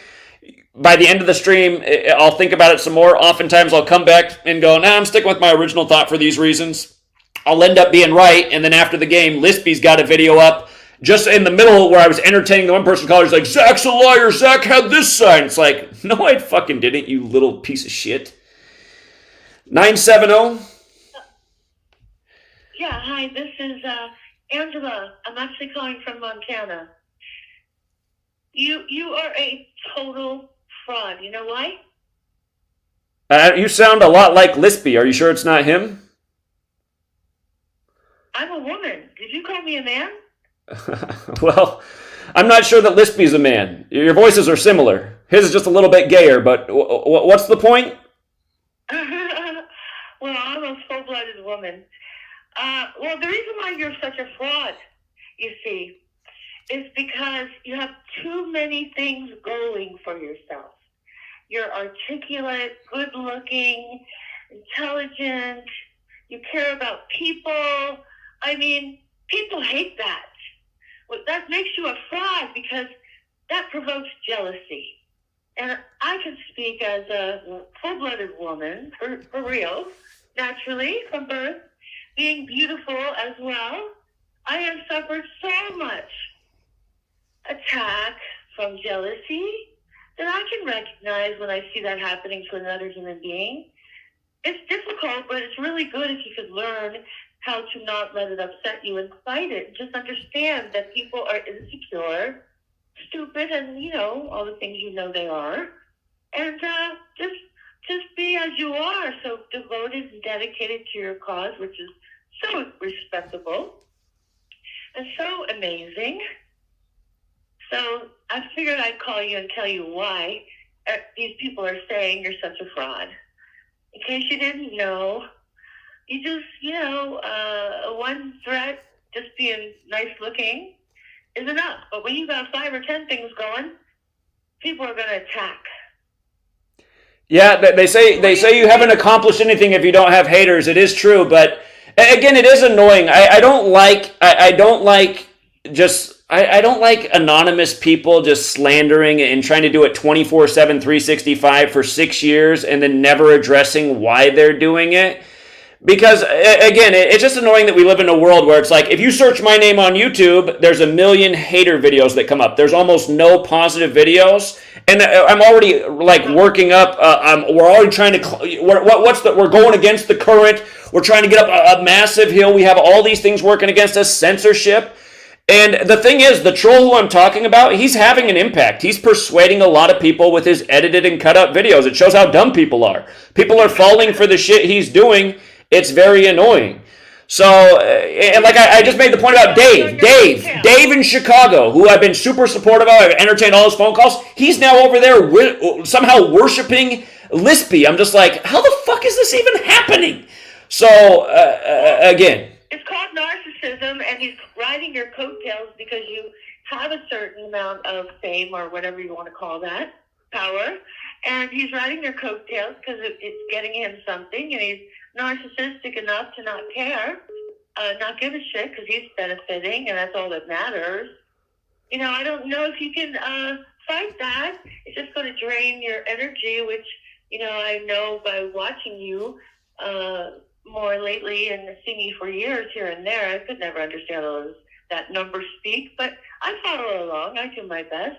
But, this is just going to be what happens because people have low character, and that's why you're never going to comprehend it. But you do have to learn to deal with it because you have absolutely no control. And the fact that you stop and give them energy, your precious energy that you need to be using for writing that book and going to Hawaii and all the things you're planning, all your ambition, it's just, it's difficult, it will always irritate you, but you have absolutely no control over it. And giving it more energy isn't really going to help anyone. Well, I hear that too, but again, I do keep trying to force the issue of getting all these people harassed to call in and express why they do it, and they just won't. So, again. Well, maybe that gets him and you more attention. That's possible too. Maybe there is a positive aspect. Maybe it kind of gets some fighting. People like a good fight. Sure. It wouldn't be a good fight though if him and I fought in person. I guarantee it'd be a real quick match. But I do appreciate the call and the support and the sarcasm. Thank you so much. You're welcome. All right, take care. Bye-bye. Yeah. Lispy says I'm tempted to go to Atlanta because he says he's going to come out and confront me. Yeah, come out and confront me, Lispy. I promise you, you're going to walk away toothless. I will curb stomp you. So. Might have to throw you in a swamp afterwards. But anyway. Somebody, oh, here, no caller ID. So here's another ballless loser. No caller ID. Is this Lispy with the lotion put away? No, this is Abra. I don't know who Abra is, but what's going on, no caller ID? No, hi. I agree with the last caller, but I really don't. You're phenomenal. Whoever is throwing shade is because you're hitting nerves. They know you're the truth, and there's too many people who do not like the truth. Yeah, and the guy who is real butthurt is a big Carolina Panthers fan who's been trolling every day since I explained why the NFL was fake and why his team would go to the Super Bowl and lose to the Broncos. And I guess he's just been really butthurt ever since that happened. But well, then I'm gonna harass his ass. Where he at? And if he got what is he doing? Wearing a tampon now? He's probably on his man period. Like if he's gonna throw the shit, he needs to speak up. yeah.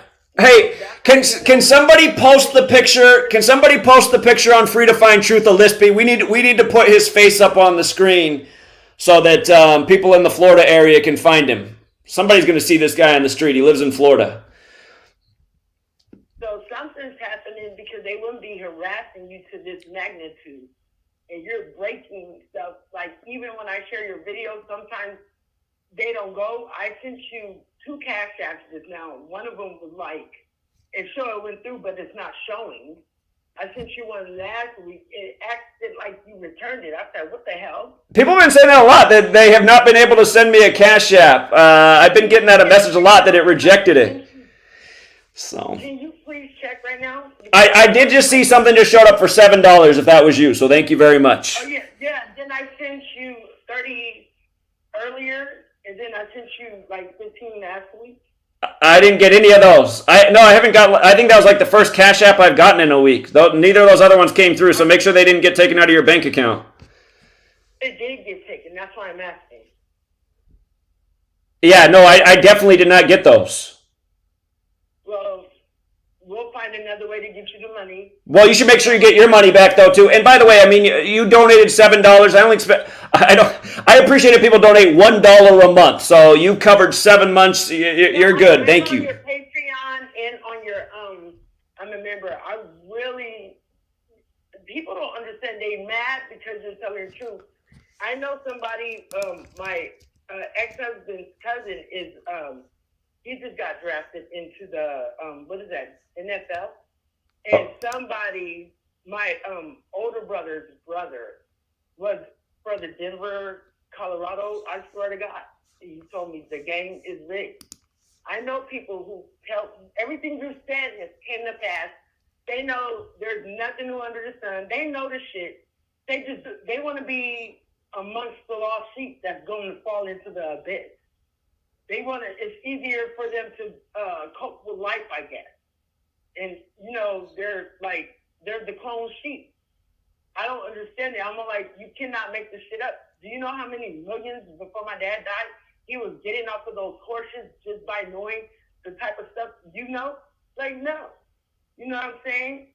It's no joke. Like, I'm going to be honest. You helped save my life, and I'm going to tell you why. I really wanted to talk to you personally, but, okay, I have 14 siblings. My dad had the whole county of Los Angeles. One was the first black man to successfully do it. His stuff became case law. You can look it up, Frank Marshall versus County of Los Angeles. So they target him by touching my kids because I'm like a daddy's girl. I have 14 siblings, and we kind of grew up very privileged. My uncle's best friend is President George Bush. When I went on the Black Call of the Shore, he knew who I was and stuff. But let me tell you something. I have a sister. She died at 20.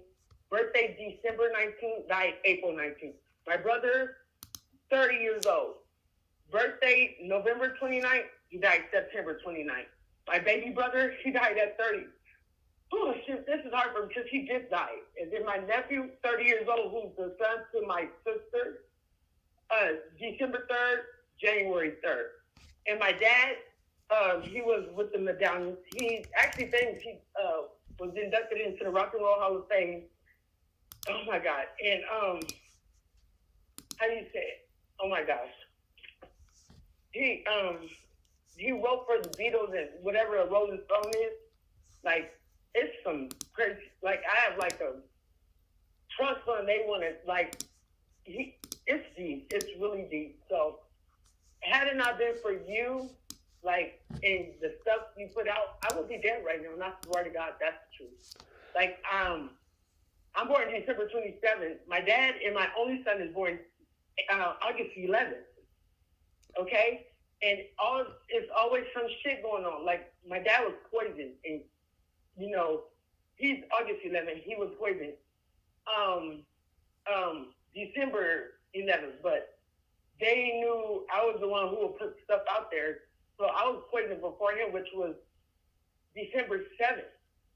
And I have a sister, you can look it up. Like, she was all over the news. You know, the Grim Sleeper or whatever. They said she was a victim of his. Everything, oh my God, Jesus help me.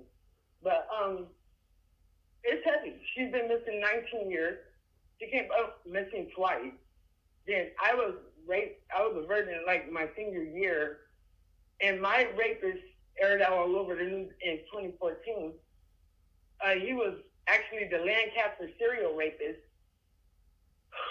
And everything happens on a date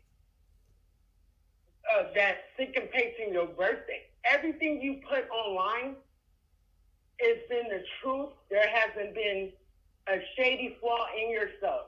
So I get upset when I hear you, like, upset because you can't make this shit up.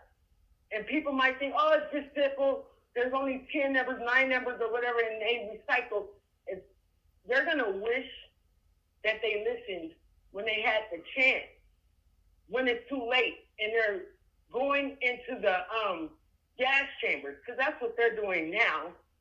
You know, everything you said, 100% the truth. And you're on the cusp of something bigger, and I think what you're touching on is something at the very top, and all is going to be a shit show after that, because then you'll bring down the top. And that's what I keep seeing, because they're not going to put trolls. When it comes to you, they're putting trolls out to try and shadow ban, tank the algorithm of the your streams and stuff. No, you're on to some shit, especially when it came to the fires. The fires, everything you have said.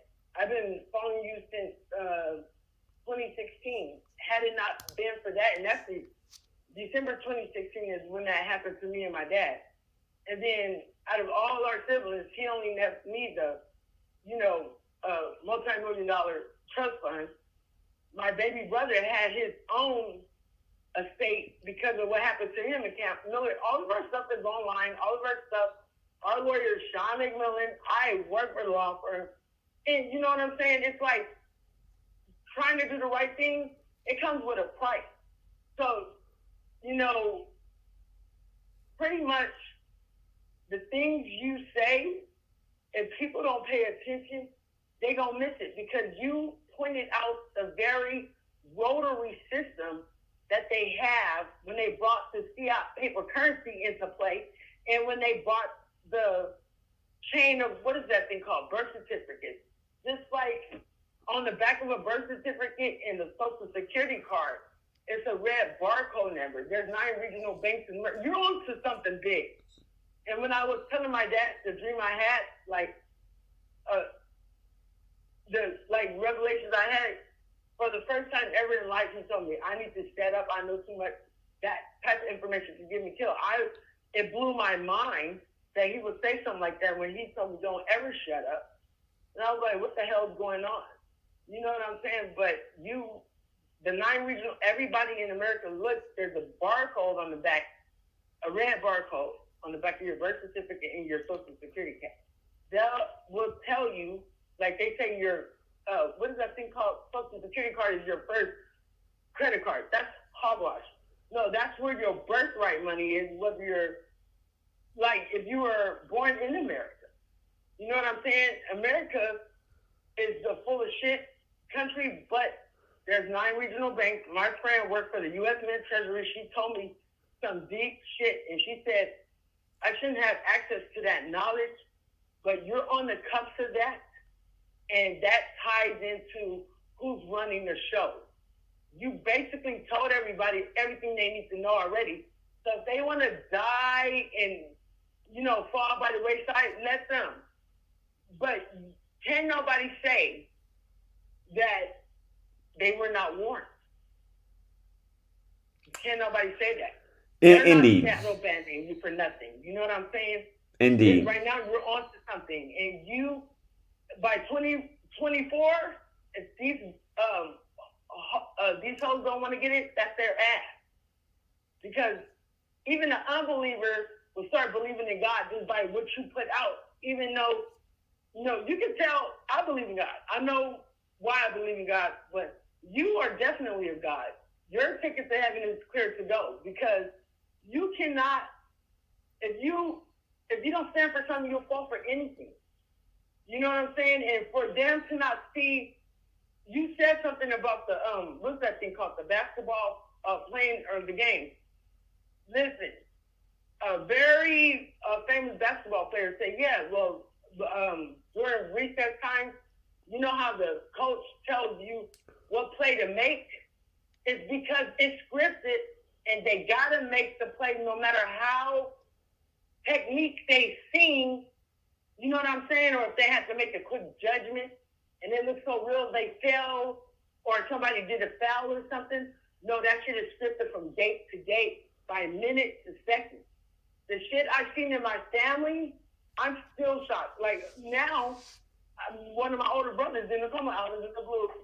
Out of the blue, I swear to God. So I'm like, I'm barely breathing right now. I'm a mother of 7, and my shit aired all over the news. They tried to bribe me out with $2.2 million.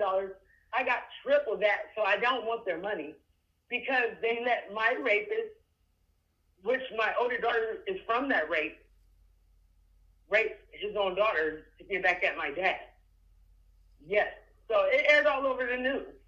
So they wanted to buy me out. I told them to go suck their mama's penis, and it wasn't going down. So then they put a hit on my life, and they tried to execute that on August 27th, 2014. What age was I then? 30. You know what I'm saying? So it's something they're doing. They'll wipe out a whole bloodline. There's no way in hell. Like, if they were going to do something to my older brother, which, that's why I believe in God, because there's no way I should be alive. But well, I'm glad you are. I'm glad you are. So stay strong, and I do appreciate the support and all the nice words. And thank you for letting us hear your voice tonight. You're on to something. They would not be fucking with you, but if they're going to dish it out, be man enough to say something. But they got this AI technology, this witchcraft stuff they got going on with AI. So we don't even know who's behind doing that. They can manipulate the change the voice. They can do all of that. AI does it all. And they'll probably say your name. It'll sound computerized, but not, they got it down pat. So that's probably why nobody coming forth, because there's nobody really behind it. That could be. That could be. Because, you look at this guy whose face I got on the screen. What's sad is, out of all the channels in the world making Gematria content, he's not even one of them, but he has Gematria in his name.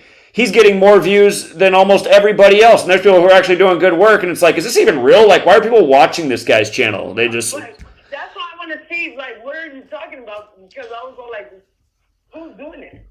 Because if it's an AI thing, you can get the page full, and that means he's able to manipulate the whole thing and push his stuff into the algorithm and manipulate the numbers. Like one time I seen it, your live had 98 people. As soon as you got off, it was 1,000 and some people had viewed it. Right. So yeah. They're trying to hold yourself back because they know you're hitting the top. If you wake people up, it's gonna be some scary shit. Well, that's what we're trying to do. You're just not seeing it because they want you to be thinking that no one's watching. People watching it. Every video you ever put out, I circulate it. I tell people, you helped save my life. Because had I know people say, oh, you're crazy. No, you can't call me stupid and crazy because the shit, it doesn't just add up for nothing, okay? It don't. And they'll pick the right time. What I seen went down with my dad was so malevolent. I still have to take a breath. I mean, they made their plans B look like plan A. And my dad knew something was going to go down because he wouldn't have time to tie everything up in my name. Neither here or there. The shit was so pugnacious. I still like, wow. You know, they will always wait until it falls back on the 44 or something. You're on point. And you've been the only one on YouTube. I have never seen nobody break it down like this. And you're a whole entire snack. And you're a whole entire vibe. They can't stand it. They can't stand the rain. That's what I think. But for them to be playing with your money now, that I don't like that. But no, they know you're finna hit hard. And there are people waking up. If you go on Instagram, I see it and I'm all like, damn. So y'all must be looking at Zachary Herbert stuff. You know what I'm saying? Because people don't know this shit. So they're looking at your shit and it's running in tele. No, people are waking up and they know this. They're noticed. So I don't understand who this person is you're talking about. I want to see. Because I don't be seeing no bad shit about you. They know not to bring that shit my way. Well, when you get off this call and you look at the screen, you'll see who the person is. We got his picture up. We got the mugshot.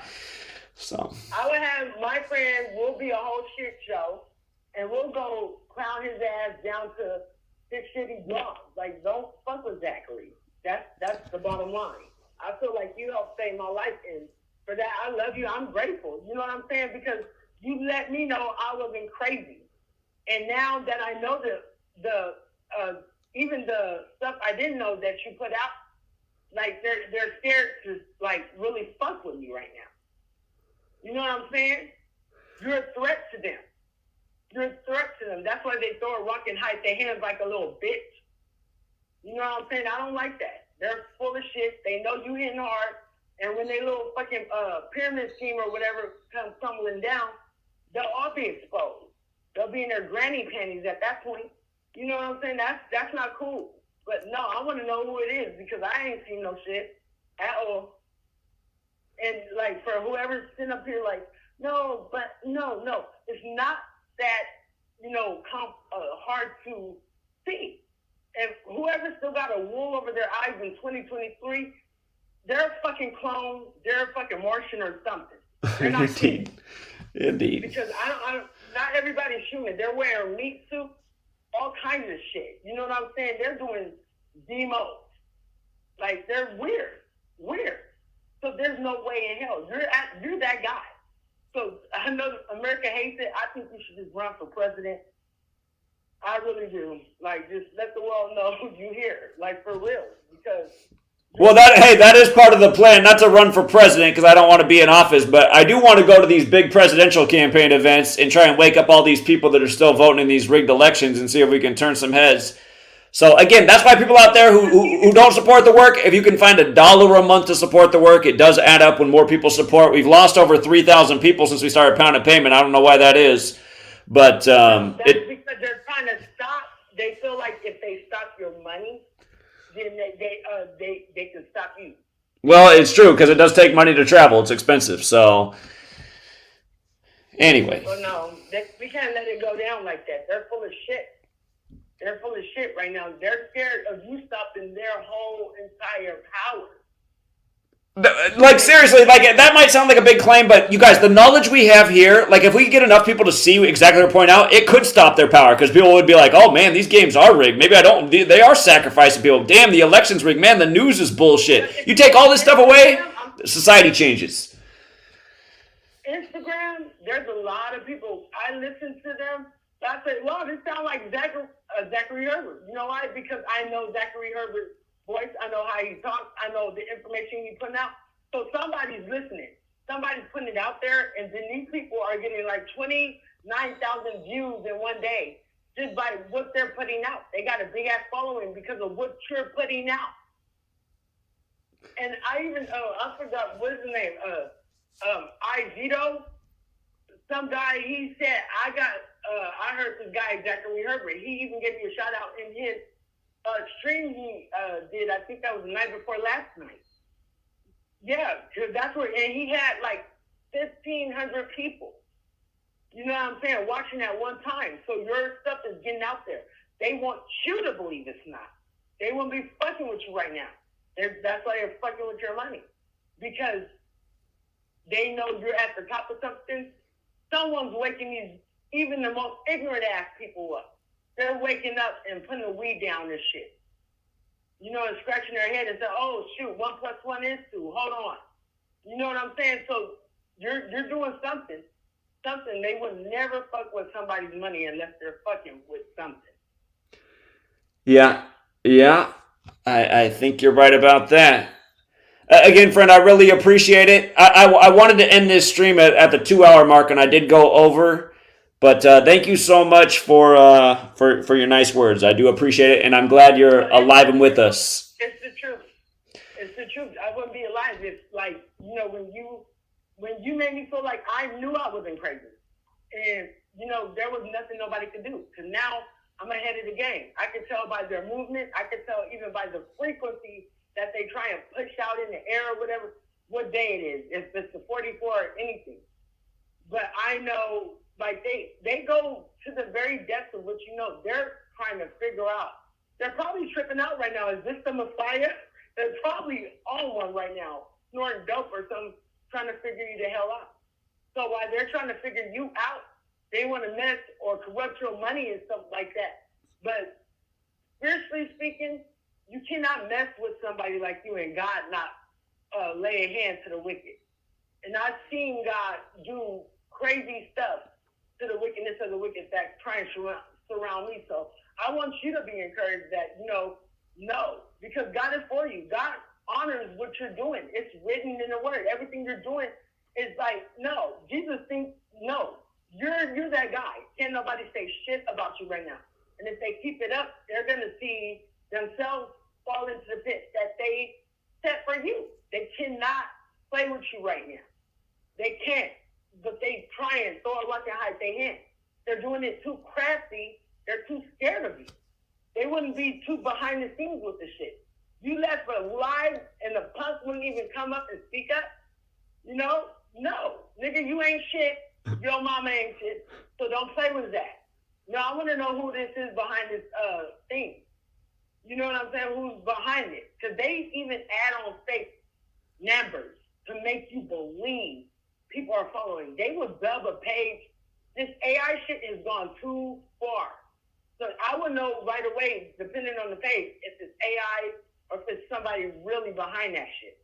If it's AI, it's the big dogs trying to make you think something. Because can't nobody just throw your name out there with all the stuff that they know and all the supporters you really got. You know what I'm saying? You doing something. This is like your 30th page. Come on now. You know it all. You got the rule book and the handbook. You wrote the book. They don't know what to do. They don't know what to do. I bet you they got the letter by numbers trying to figure your ass out right now. That shit saved my life. So, no, I don't play when it comes to you. Like, that shit is not funny. It's not cute. They better leave you alone because I'm a whole snack too. And I'll whoop somebody ass behind Zachary Hubbard. I said it. Thank you. I really appreciate it.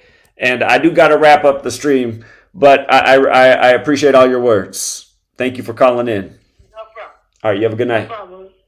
Thank you. You too. Appreciate your generosity too. Thank you.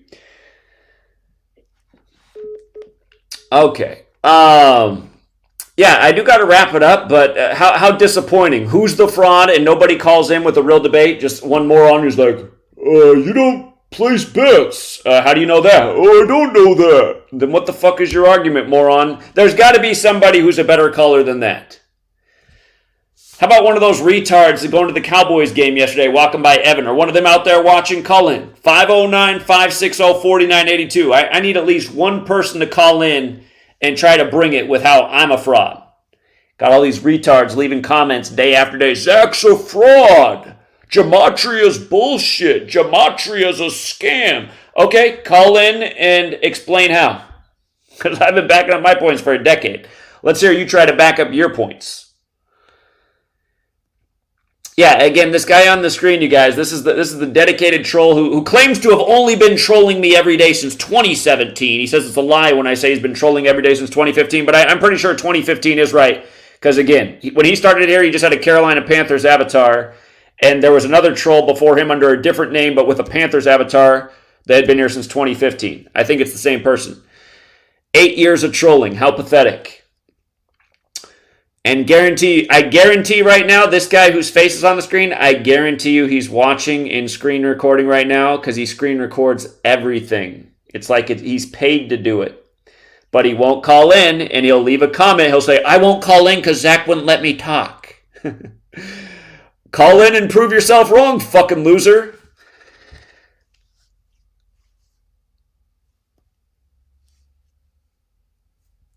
All right, we're going to wait. We're going to wait. Cuts1 can also call in. He can also call in. I bet he's watching right now. He's probably, snorting boulders. Talking about sky cars.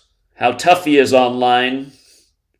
It's sad with a guy like Cuts1 because it's like, dude, I've been around you. You need stilts to get on the little kids ride at the circus. Come on, man. You're not tough. You're not tough.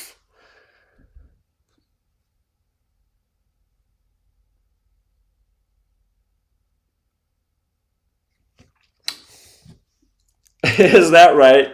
Is that guy, is that you doing that? Oh, man. Yeah, these ballless losers that'll talk shit but won't call in. It is pathetic. Let me see. Let's see if we can find it.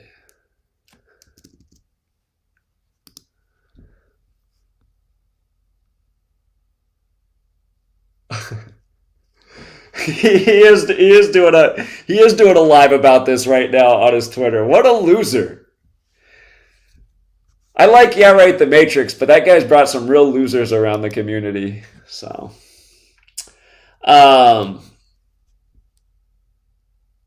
yeah, Cuts doesn't have any balls, you guys. And that's why he's alone and mad about it right now. 661. Hey Zach, I'm not a troll. Just want to call in. Maybe I should wait till Wednesday if it's off topic. What's the call about? Oh, just an observation about some Mexican artist named Peso Pluma, which basically is just peso is the Mexican currency. And Pluma, like plummet. That's what I get from it. So there's a supposed assassination hit out for him. I think it was like October 14th. Is there any significance to that date? October 14th? Yeah, I think that's the date the note had. That's the day leaving 78 days left in the year.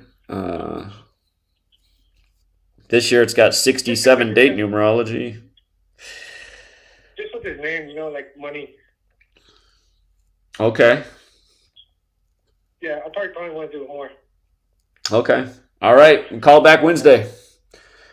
Fuck the haters. All right. Yeah, indeed. Later.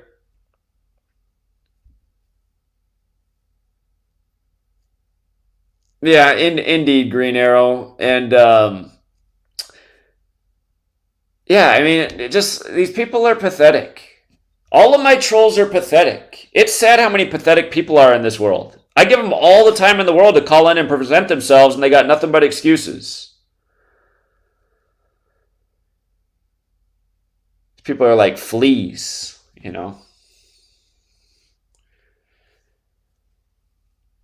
Okay, I'm going to wait 5 more minutes. The line's open, the number's on the screen, and here, watch this. Let me show you what a troll looks like.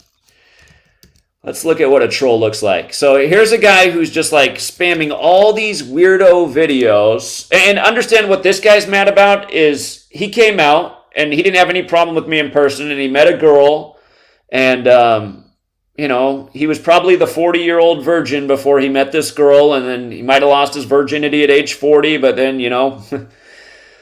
size does matter, unfortunately. Sorry, Cuts. It was a one and done type of thing, and now he's holding it against me. So that's not fair to me. It's like, it's not my fault, dude. I mean, if it weren't for me, if you hadn't come out for our thing, you'd probably still be a virgin. I mean, come on, my man. You can't be blaming me that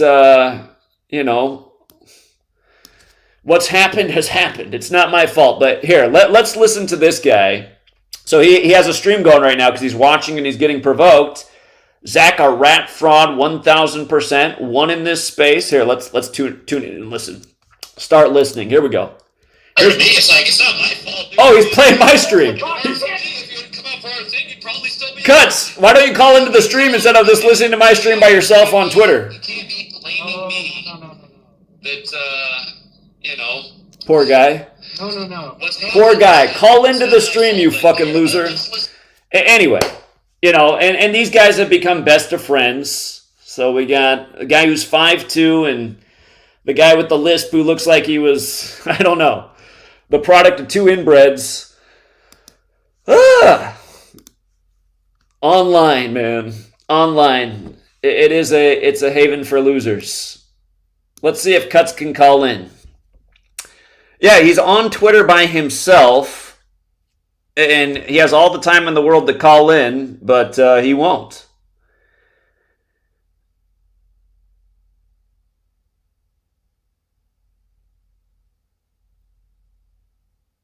Yeah, call in and explain it. He's been like ranting for 4 hours at a time, just saying the same stuff over and over. That if you believe in Gematria, he's got a sky car to sell you. It's like, okay.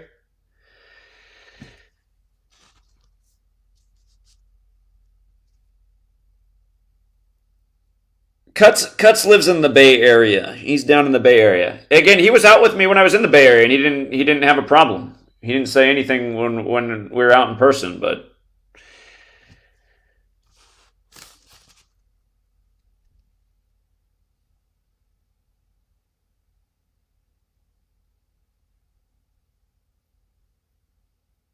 no, you can't pick on a guy like Cuts unless you're also 5'2". It's like beating up a little kid. So, we're going to let Cuts have his angry little tantrum. Poor guy. But yeah, it wouldn't be fair to beat him up. And I don't know how tall Lispy is. I haven't seen Lispy in person. If I saw that Lispy was 5'2", I'd probably just let him go as well. That is a possibility. But no, I wouldn't beat up Cuts because he's just too small. So, be like going to the elementary school and starting fights with 5-year-olds.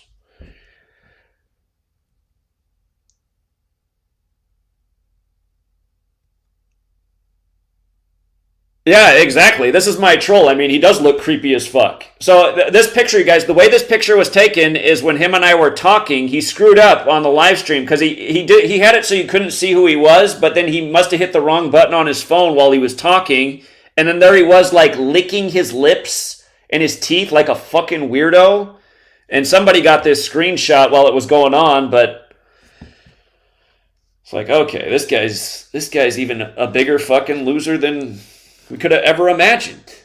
The guy's literally talking to me. I mean, if you're talking to somebody and like obsessively like lipping your lips and teeth, I mean, what is that like communicating? God. And if you guys have not heard this guy talk, it's just the icing on the cake. I mean, you think the picture's bad, you should hear his voice.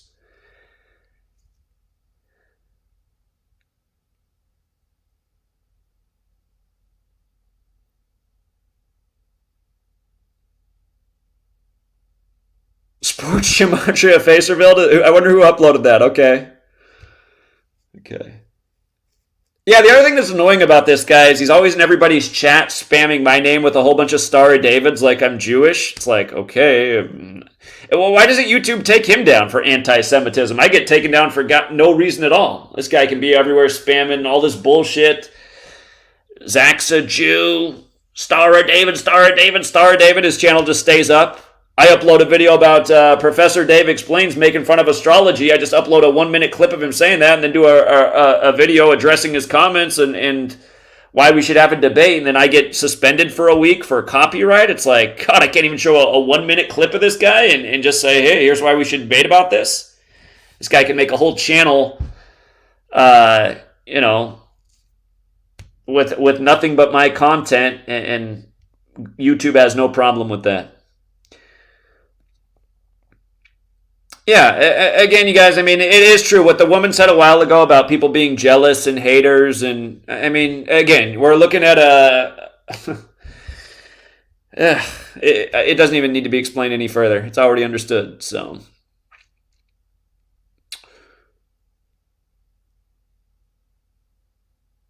that's what else I thought about, because this guy started trolling at the same time Gary Grinberg started trolling. If you guys weren't here in the early days, Gary Grinberg, a lot of people know him through numerology. He used to troll all the time. He used to call into TFR every week and hang around, and he was getting mad because I was putting out the information that he charges a lot for free. If you guys don't know, the first 5 years that I did this, I didn't charge anything for anything. I didn't raise any money. We never raised a penny for any of this. Just put out all the knowledge, helped a ton of people make a ton of money off rig sports over 5 years. Never charged anybody. Everything was just free on YouTube. And Gary Grinberg, who charges, again, a fortune to learn about this, he didn't like that, again, I was cutting into his business. And rightfully so, because I'm way better at this than he is. He embarrassed himself in 2016. He was wrong about everything. I was right. And at the end of the year, he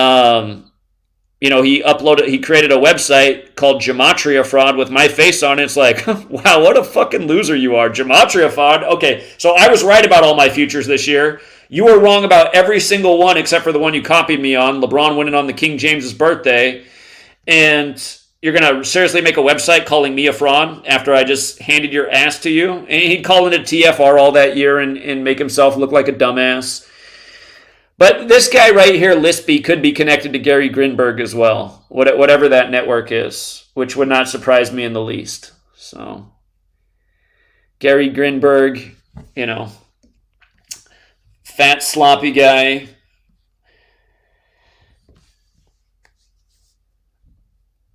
Who, I don't want to boast about myself, but again, I'm sure both of these guys, if they could switch bodysuits, they gladly would. So,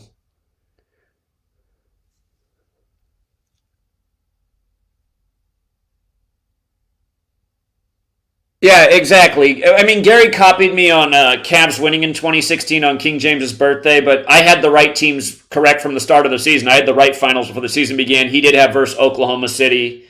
And, so, again, none of his picks were as good as mine in 2016. I'm just saying the closest one that he was we were in agreement that LeBron would win the finals that year. So, again, I had a flawless year. He had one correct thing that year, and then he really tried to attack me. And probably cutting into his business more. Back then, everything I put out was free. Everything he put out, you had to sign an NDA and pay a whole bunch of money. So,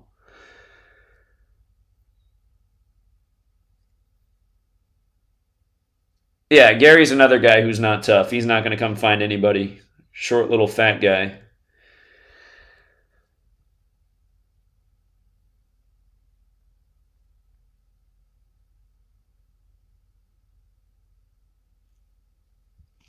All right, so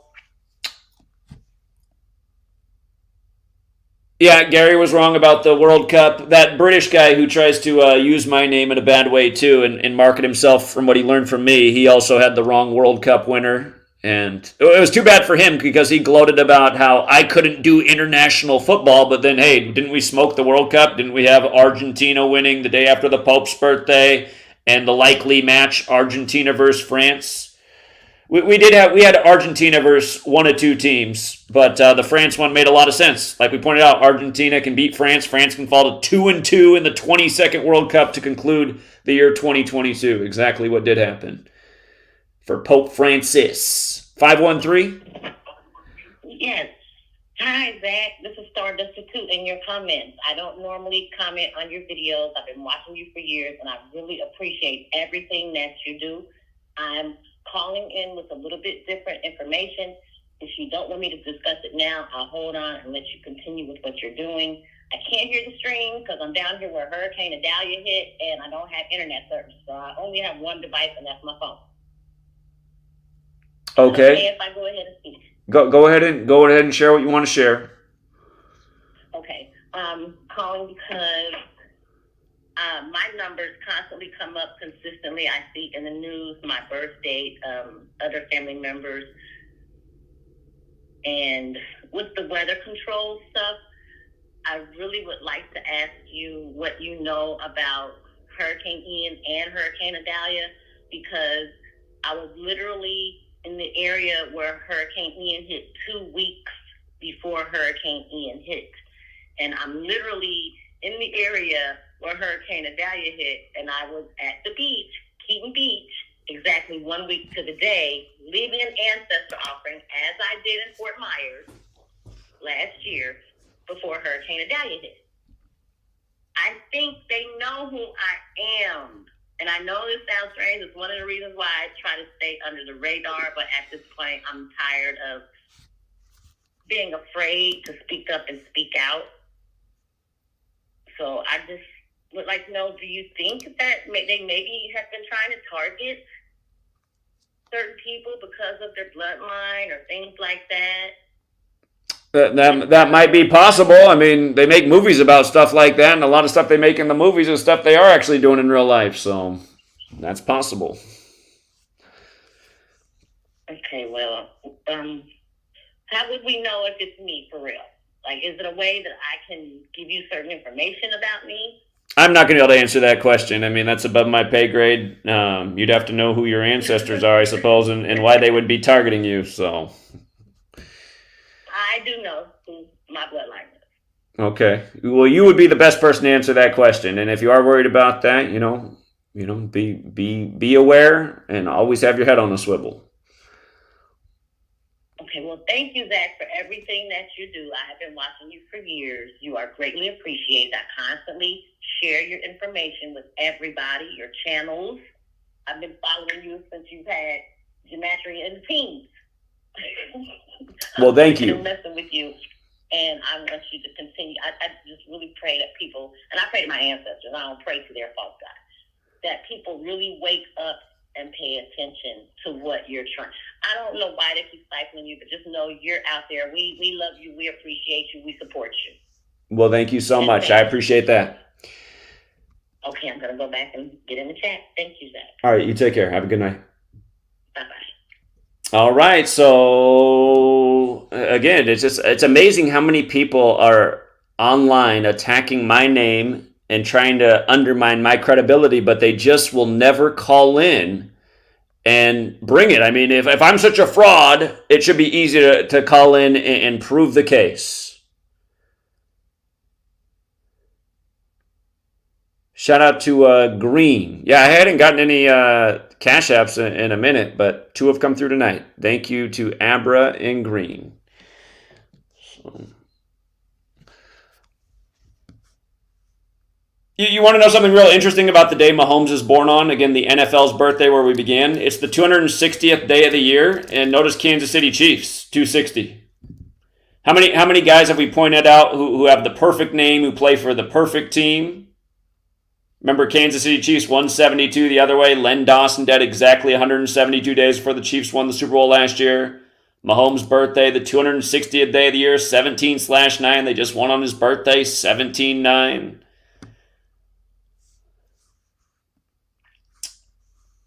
Well, where's the Gematria fraud? Where's the argument that Gematria is a fraud or that Gematria is bullshit? Somebody got to bring it. This podcast is unfinished if we can't get one of you people to call in. Is it all just AI? It's not just all AI. I seen Dave from Chicago over there on Lispy's channel. It's like, are you fucking kidding me? Dave from Chicago, who I've done all these favors for over the years? It makes me like, God, I don't want to take anybody's call, man. I've helped Dave out so many times, taking so many Dave calls off the air. Now he's over there on Lispy's channel. Who are these fucking people? Dave from Chicago, call in. Tell me why you're such a sorry-ass motherfucker.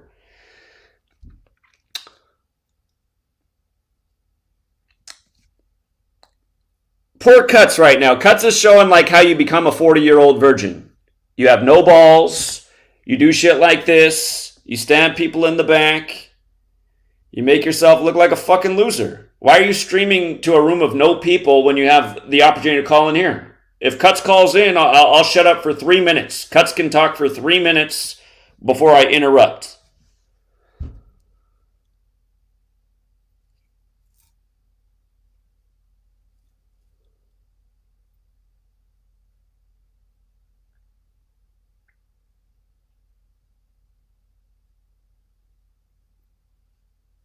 Yeah, exactly. It's just like, dude, I mean, Cuts got dumped by a girl, and I don't really know if it's over a little pecker, but I'm just assuming since he's 5'2", poor guy. But yeah, again, to just have like a tantrum about it online, it's just like, dude, there's plenty of fish in the sea. Go meet another woman, you know?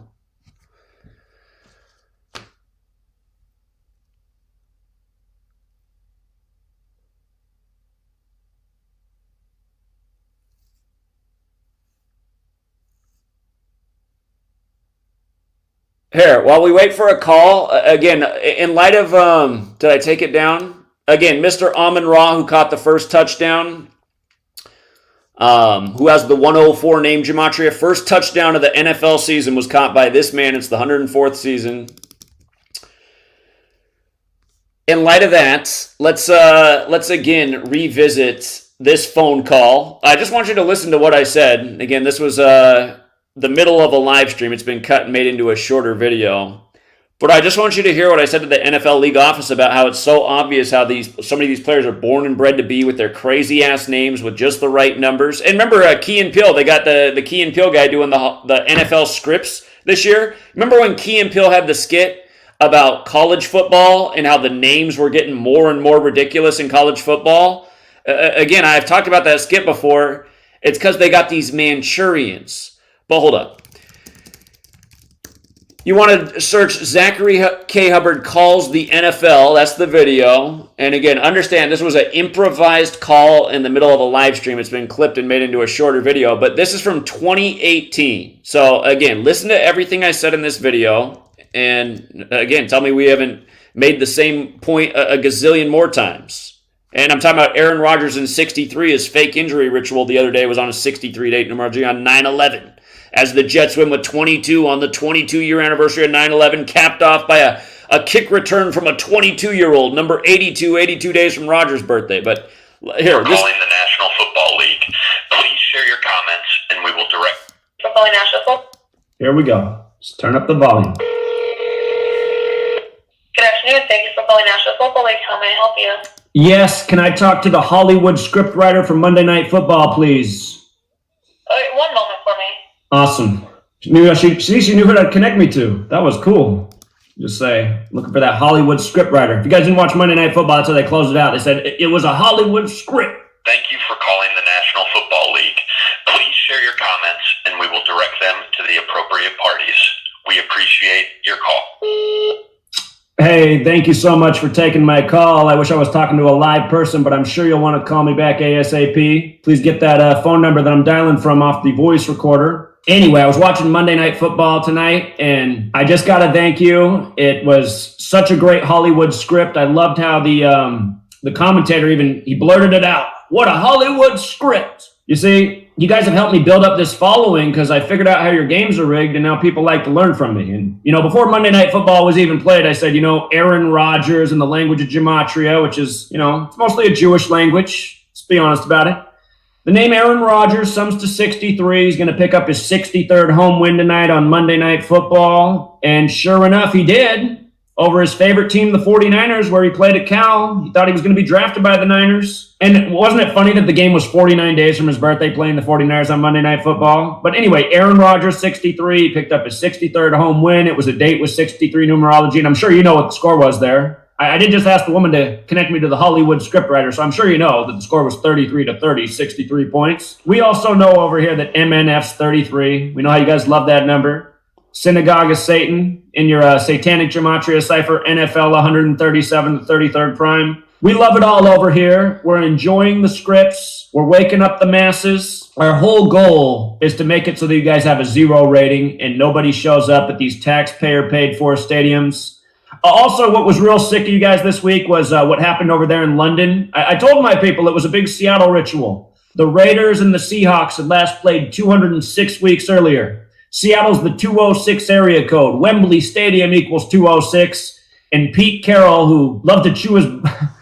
don't you guys just love how Petey chews his bubble gum all the time like he's a big cow chomping on a wad of grass? Anyway, Pete Carroll, he's just so energetic over there. But Pete Carroll, he became the winningest coach in Seattle history all time, picking up his 82nd regular season win where Seattle equals 82. Cutie's on his 82 career losses all time, counting his years with the Jets in New England. Anyway, we see it all over here. We're talking about it before it happens. Your scripts are hilarious. Keep them coming. Hoping Robert Roberts still has his job there. What a great name, Robert Roberts. If I ever have a child, I'm probably going to name him just after my man there, Robert Roberts. If that's you listening right now, Robert. Keep on keeping on, brother. What was your dad's name? Dave Davidson, the son of Steve Stevenson. What else? Debbie Dills. That wasn't your mother. That wasn't your mother, was it, Debbie Dills? Oh no, that was the lady who saw Dylan Stormroof. You guys are the best over there. I know how you guys script the news and the sports together. Were you the writer for Dylan Stormroof too, Robert Roberts? You guys keep it up. Pretty soon you're all going to be exposed. It's been a long time coming. You guys are the best and the worst all at once. Anyway, looking forward to your phone call. Maybe you can help me write our next book together. Give me some more things in history that I'm overlooking. We've tried to cover all the years of the rigged NFL, and don't feel alone there. You know, we're covering all the rigged sports, the MLB, the NBA. We know you and your cousins; they run it all. This isn't anti-Semitic, is it? I hope not. Speaking facts shouldn't be anti-Semitic, but we know who runs all these leagues. We know who's into the Kabbalah and the Gematria and naming their children with whatever ridiculous name has the right numbers, like Robbie Roberts. Anyway, I'll leave it there. I'm talking your ear off. Look forward to the scripts this week. Hey, Thursday night football tomorrow night. I see how you guys have it synced up with the Pope. Oh, and God, that was good. Before we go, I know I said I was going to go, but I got one more. I loved what you did on Christopher Columbus Day. You synced up the MLB with the NFL. You had the genocide of the native teams, the Braves knocked off, the Indians knocked off. And then what happened there in the Redskins game? Oh, my God, the Saints, the Catholic symbolism on Christopher Columbus, the Jewish guy paid for by the Catholic Church. What was the score? 43-19, 62 points. Genocide equals 62. The Dodgers beat the Braves 6-2. Drew Brees has a wide open receiver. I mean, I could have put out any Pee-wee football team out there. They would have been closer to that receiver there. I mean, then, God, it's just embarrassing. But anyway, 62-yard reception, the record breaker. You are approaching the maximum length for a recording. Finish your recording after the tone. Damn, I guess that was the end. All right, Robbie, until next time. That probably helps, Nick. Okay. Yeah, that was 2018, you guys. And I mean, we've talked about Aaron Rodgers in 63, like 63 more times since then. And just same shit every day. Every day. Except for today, they got us with their... I feel like they set a booby trap for us. We're like, we're gonna get them today with this Huey P. Newton ritual. They're gonna fuck up today. I swear to God, they're setting traps for us now. And it's probably because of leaving voicemails like that at the league office. They're like, we gotta do something about this. This guy's making us look bad. So, you guys are new here. I've left a lot of voicemails and made a lot of calls to a lot of people in this world. League offices, politicians. We've definitely dropped some seeds, man. And there's been some interesting calls. So...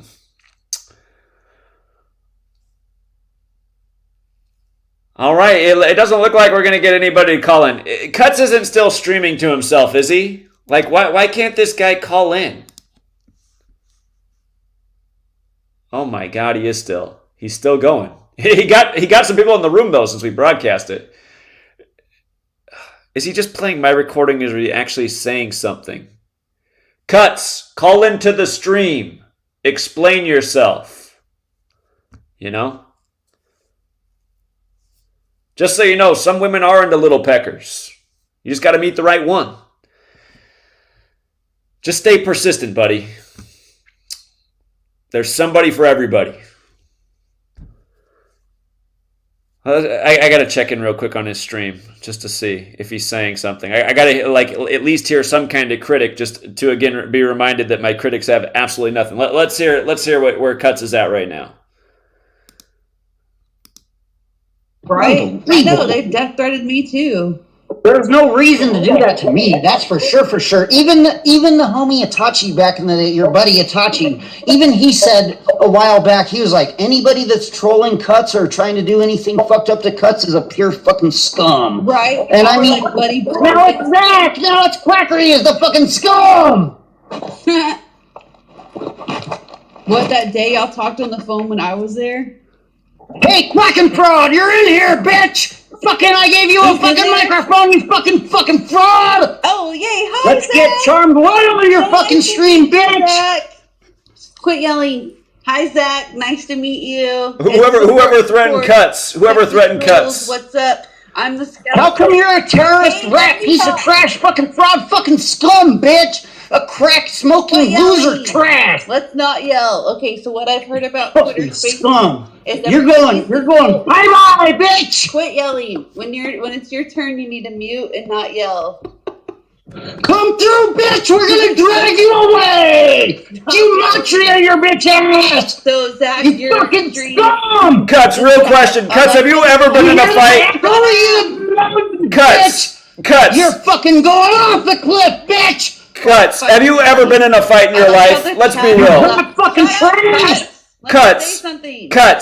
If we have the boxing guy doing the announcement, what would it sound like? Talk about people's private parts. You have a little dick. And then say, oh yeah, Texas Julie, she's got a skeleton. I ain't doing no fucking stupid videos with you, bitch! But then you're going bye-bye! You'll get blocked. Your chat's very cool. Texas Julie, what's your motivation to hang around the community and spread false rumors like you do? Fucking scum. What's up? Say something. Is he a speaker? Can they not hear me? What the hell? I've given him an invitation to speak. Let's hash this out, guys. This rat trash is trying to set me up by going on his show. I called you fucking rat ass 10 times, bitch. Yeah, I called you 10 times, you fucking scum. He hasn't called a single fraud. time. I texted you on both of your fucking phones and called you and said, curse on you and your family, bitch. You fucking go in a box, bitch. You fucking terrorist rat fucking scum operating out of a bank in Palo Alto. Mighty Networks, you're fucking fraud scum. Let's get Charmed One to speak. Let's get Charmed One to call in, bitch. I want to hear Charmed One's voice. Yeah, we want to hear Charmed One. Let's see your face. Prove they're human. And not a bot, because when I you can die, bro, if you jump off a cliff. You can die if you run on the road, and you can die if you do this garbage rat trash that you're doing, bitch. Cuts, when you keep yelling, scum. you can't both talk. Can you guys hear me? I'm sorry. Yeah. You can hear me. And then Green Arrow came in, and then Green Arrow's a human, so then Green Arrow knew it was me and deleted. Look who's in this chat right here. So you have Cuts, you have Sports Gematria, who's. Does anyone else want to say anything to Quack and Fraud? Can you guys hear me? I thought I said. What is going on? How's this shit work?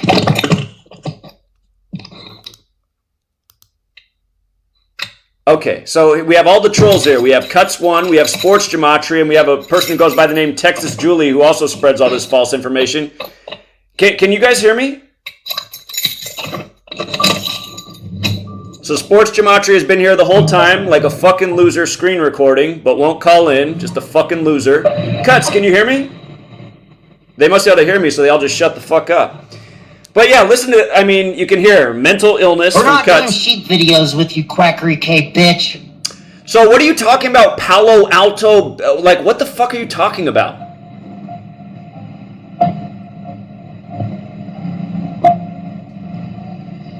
They're all just going to shut up now that I'm here talking. I was asleep. I fell asleep, and then I got a text and woke up, and then I was back in the chat, and like Daria's like, is that Jules? I wasn't even calling in. Daria's asking if it's me on there. She's obsessed with me, always bringing me up. How dare you, Zach Quackenberg, fucking talk shit about yeah right for bringing in bad people? Fuck you, you're a rat trash. You're threatening tons of good people, you fucking scum. Who have I threatened? For no fucking reason. Who am I Why? Because there's a threatening? Jesuit hiding in the dumpster with a box on the dog. Get in there, bitch! Go route out the Jesuit yourself. Stop asking others to do it for you. Go jump in the dumpster with the fire and route out the Jesuit and the Christian by the ear, you fucking scum. You jump in first. Stop asking others to go for you, you fucking scum.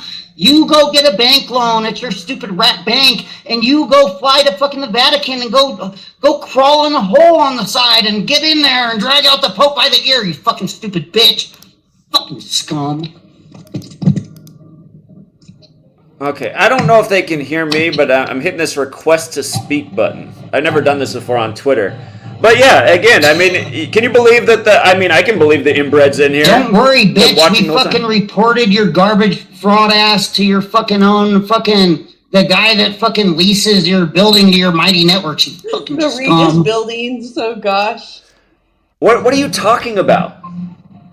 Regis, we work.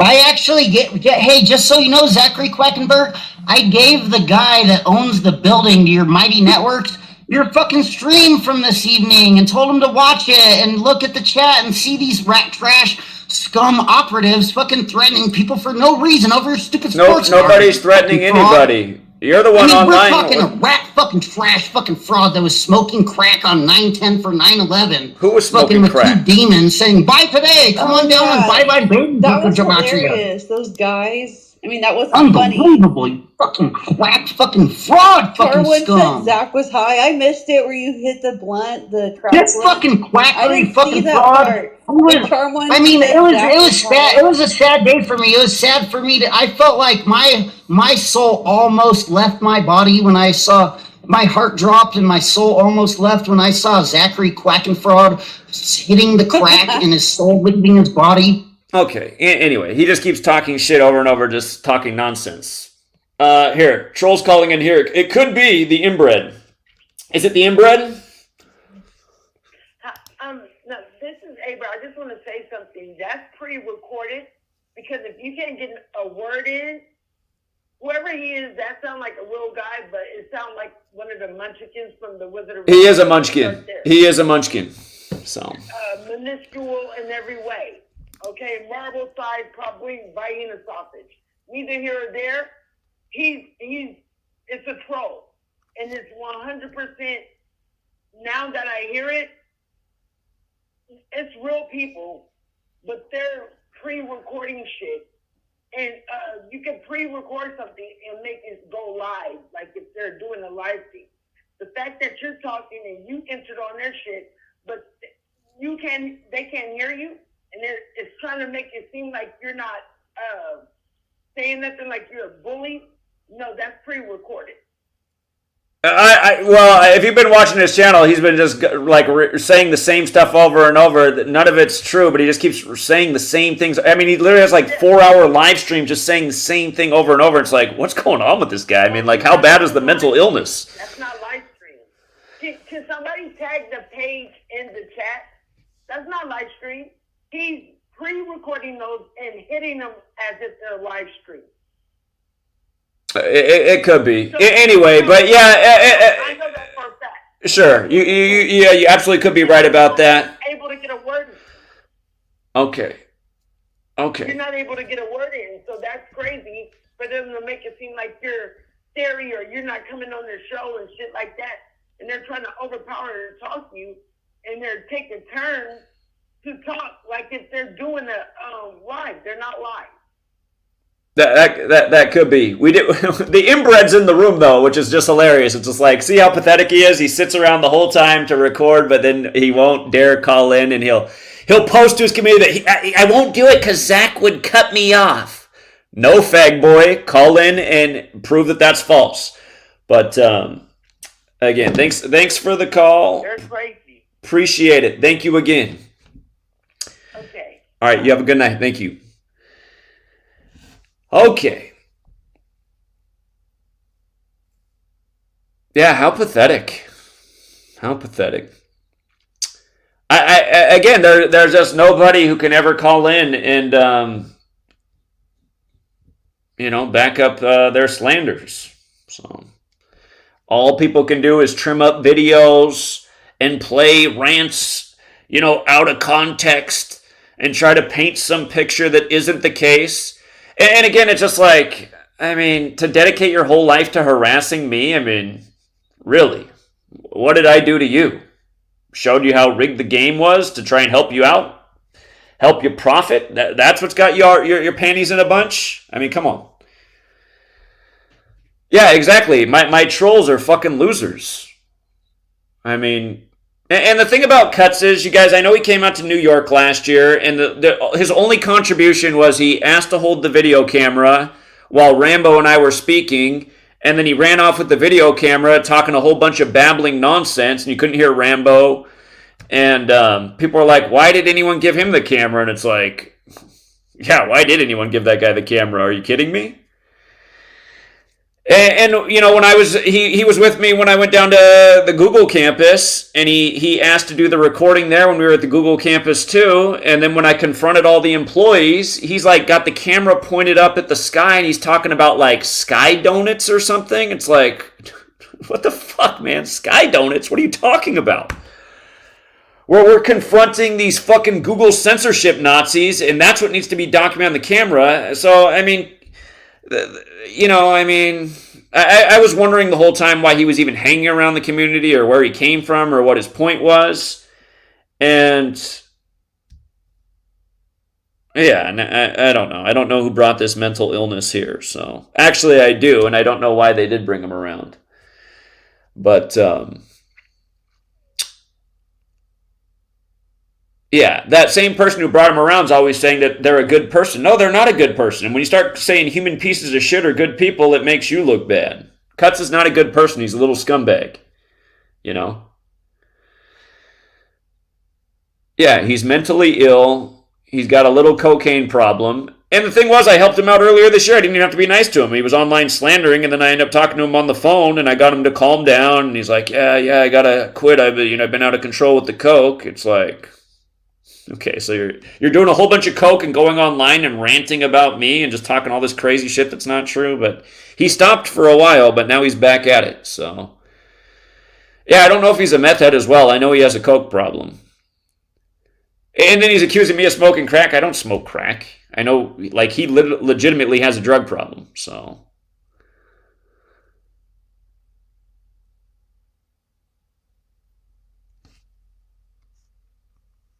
growing your own food these days is tough. You need a greenhouse. All the shit they spray in the sky, man, it's making so people's harvests aren't right.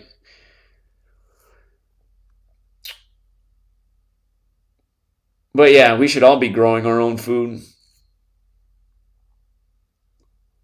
Okay, I said I was going to go 5 more minutes. I've gone 8. We haven't gotten a call from anyone who can bring it. Here's a call from Tulsa, Oklahoma. Let's see what they got. 539. Hey, how you doing, Zach? Yeah, what's up? Hey, man, I met you about a year ago downtown Oklahoma City. You remember? I was getting off of work. Did you meet us at the restaurant? No, I was using front of the old mural building, the memorial site. Okay. I'm sure if I saw your face, I would definitely. I met a lot of people there, but you weren't the guy who was talking to me when the one guy who was like an agent came by and put that note in my chest, was it? No, I was a short black dude. I had the U-Haul uniform on. I was getting off. Okay. I was telling you there was a female and a male there, and I was telling you about the guards there. Okay, you know, right. And you said you see how they work. And the U-Haul uniform on. And I was telling you to look into the what's the name of that building? The Devon Energy building. A lot of things go on there, and you might want to start researching that up, because that Devon building, the same people who built that memorial built that building. So, I just want to say that, man. I just want to say I appreciate what you do. Been following you for some years, and don't worry about the little young kid that was going on. Cause it seems like, I've been in boys' homes growing up, so those kind of guys, they was battered growing up by their parents. The parents didn't give a shit about them. The father beat their ass, and now he's taking it out on society. Right. So, I said, man, just keep doing what you're doing, Zach. You got my support, man. Well, thank you, and thanks for coming out to Oklahoma City too. I appreciate that. Yeah, man. I hope to see you this April. Yeah, we'll be back there again. Again, I want to make all these things an annual tradition, showing up at these places on these anniversaries. So. Oh yeah. And I just want to, call in and just to give you, some good words, man. Well, I appreciate that. Here, so thank you. Watch out for them. Thank you. You're welcome, man. I'll see you later then. All right, you have a good night. Yeah, take care. You too. Bye. Okay. Yeah, Oklahoma City, man. I mean, that's where ever since we went to OKC, the support's been nothing but down. And wasn't it funny how when I got there, the guards were waiting for me? It's like they knew I was coming. They didn't even let me in the building. They went hands on as soon as I got on the grounds of the bombing site. That was a surprise. I was very shocked by that. But yeah, and again, I mean, it's just like out of that trip, because of doing that, financial support went way down. It started going down right away after that. Got the car keyed. I mean, it's just... Anyway, that's part of the reason we're not doing as much traveling as we did last year, because support went way down, and it's kind of like a thankless job. It's really hard work to drive back and forth all across the nation and pound pavement and get out there and put up with, the harassment from the authorities, and then, got to get back and get the hood of your car fixed because it's all keyed up. And anyway, thank you to the people who did not fall off. So,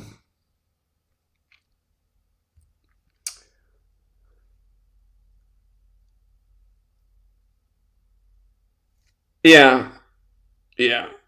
So, I don't think we're gonna get the call, you guys. This first episode, unfortunately, we didn't get the call. Apparently, if you go online, it seems like there's thousands of people who just have this case that I'm a fraud and this work is fraudulent. But then, every time I give these people the platform, crickets.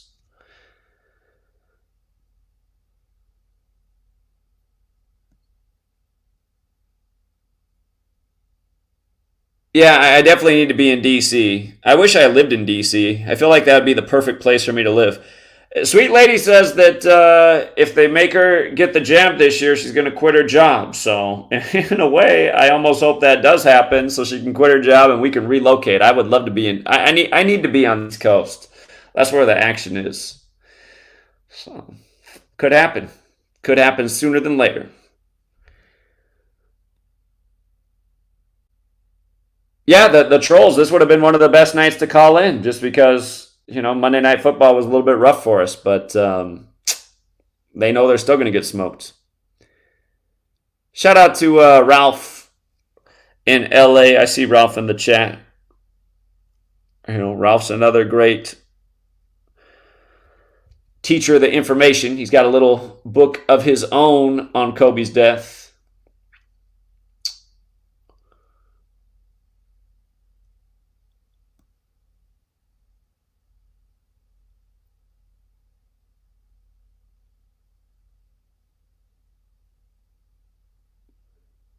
Yeah, I don't know why Cuts is tripping about the Mighty Network app. Their whole thing is they're against censorship. So that's why we switched over the platform to Mighty Networks. We like their company stance. He's making it seem like it's some bad thing. To me, it's a really awesome platform. It's if you guys aren't on the website, freetofindtruth.com, it's also an app on the Mighty Networks app. And again, it's been great since we got it. So I don't know why anyone would be complaining about it. I don't know. He's talking about Palo Alto Bank. Doesn't make any sense.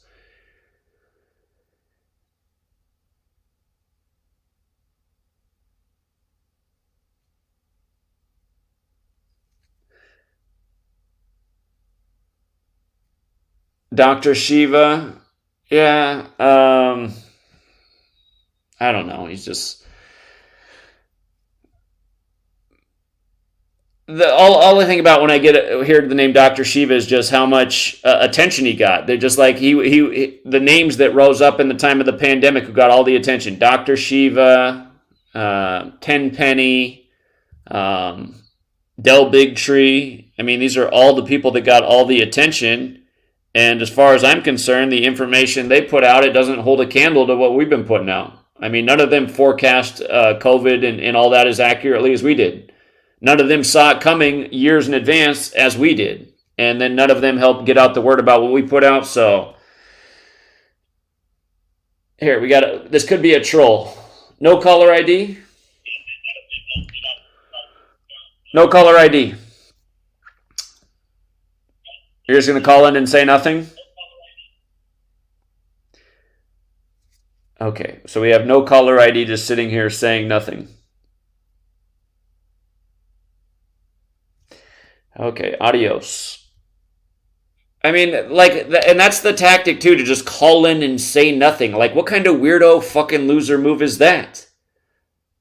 These people get mad when I say all my trolls are fucking losers. Where aren't they? Here's one on the screen. Does that not look like a fucking loser? I mean, I hate to judge people by their appearance, but seriously, does that not look like an inbred fucking loser? Licking his lips while he's talking to me. Like he's See, the problem with a guy like that is if I said suck my dick, he would. That's the problem with this fucking fag on the screen. Who won't call in, but he'll sit there and screen record. He won't play this part, though. He doesn't want his face out there. He's a little bit embarrassed about that. That was an accident.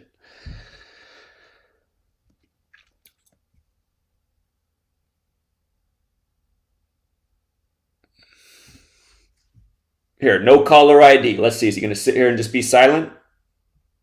No caller ID. What are you doing right now? Like, what's the point of calling in and just saying nothing? Is the lotion out? Is the lotion out?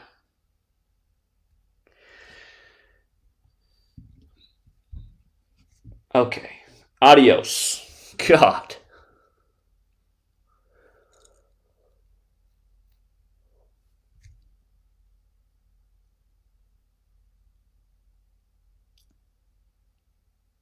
All right. Yeah. Again, I guess we win the debate by default again because we don't have anybody who can bring an argument. I made a great case for why Gematria is 1,000,000% legitimate, and I hardly even, touch the resume of accomplishments. Yeah, these people are fucking losers. So... And it's just like all the shit that's happened to me in the time I've been doing this. It's always been people fucking with my property when I'm not there. Another loser move. And, just constantly with the weirdo phone calls and emails and... I mean, just nothing. He's calling back again, the guy that just sits there in silence.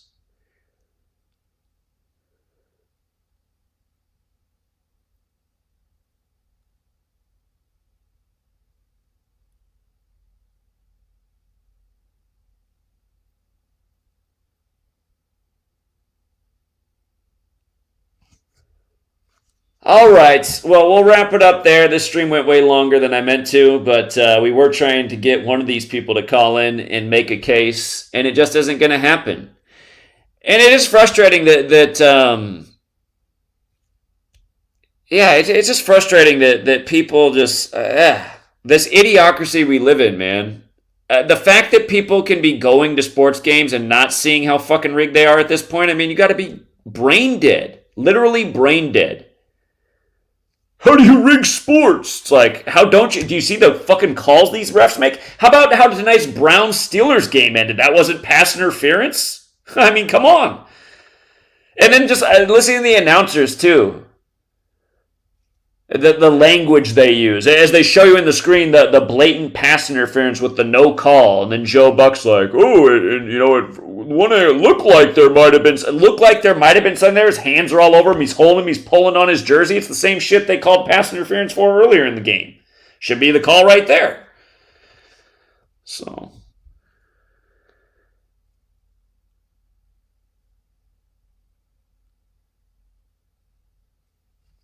All right. Yeah, you guys say keep going, but here.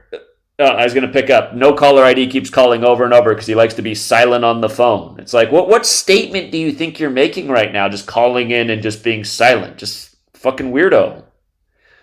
Weirdo.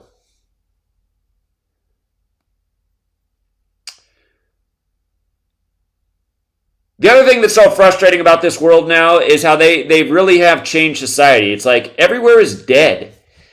I went downtown Portland. I was thinking about pounding pavement, and I couldn't even find anybody outside on the weekend. I was like, what the fuck? The only people that were out there were homeless. And I thought about getting out there and talking to the homeless. But it's just crazy, man. It's crazy what they've done to society. When we were in Oklahoma City the other year, it was a ghost town. There's like nobody in the whole city. The only people that were out in Oklahoma City were us. New York City still has people.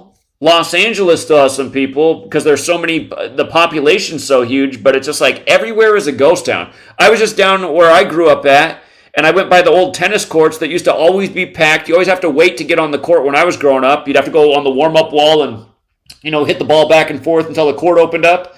Man, I was out there, not a single soul anywhere in sight. 4 open courts. It's just like, what happened to society? Nobody goes outside anymore. 412, do we have an argument? Hey, Zach, what's up, man? Yeah, what's up? Hey, what's up? What's your take on Sports Gematria, bro? Every time I go on their videos, they just talk shit about you, and it's hilarious. Well, we've been talking about what an inbred fucking loser he is with no argument and no balls, and how he just edits and falsifies everything, and just a human piece of shit. We already covered that. So where have you been? His face is up on the screen. There's his cock-sucking face up on the screen, Oh, is that the dude? That's him. Oh, and then fucking where you place like the comment section on your Patreon, it's just people rambling back and forth, man. Fucking the paid-for trolls, yeah. Who else has paid-for trolls that live on their Patreon 24/7? Again, I just have people that just have to harass every time because of what we're doing. Yeah. Who pays to go on someone's Patreon just to troll it all day? Does anybody else have that problem in the world? I don't think anybody else has that problem in the world, but I've had it since the day I launched the Patreon. And again, that should tell everybody all they need to know too. People paying to fuck with me. Why? Who would do that? Unless the message was super important.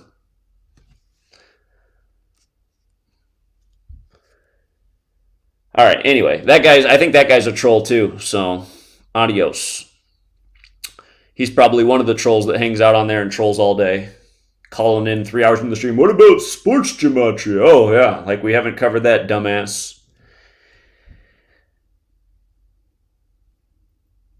I think Daily Picks is Sports Gematria as well. I think they're all the same people. So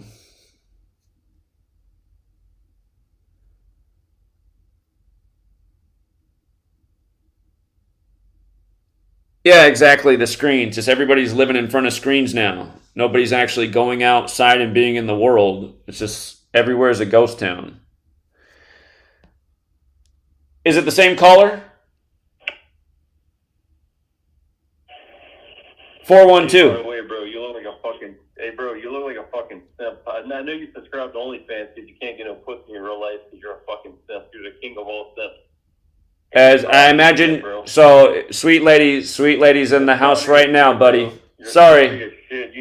Hey, maybe Sports Gematria will suck your cock. Adios, loser. What a dumbass. I mean, what kind of shit talking is that? God. The people would call in and talk like that. I guarantee that guy's another 40-year-old virgin. Poor guy. I've never had any problem with the ladies. Never had any problem with the ladies. Sorry.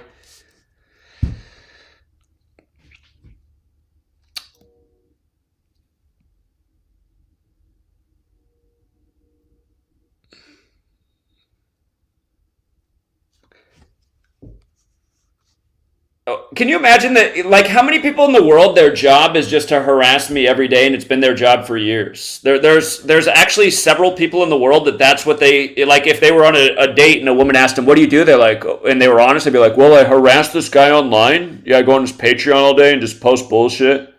I call his phone a lot and don't say anything. Sometimes I'm even, I got the lotion out while I'm harassing him." Fucking jerk offs, dude.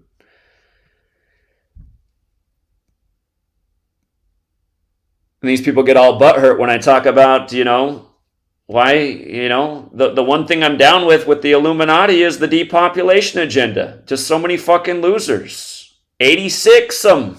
I don't have a problem with it. And for all people get butthurt when I say that, sorry, I think it's because you're not that awake. If you were more awake, you'd see the world was full of fucking losers that we'd be better off without.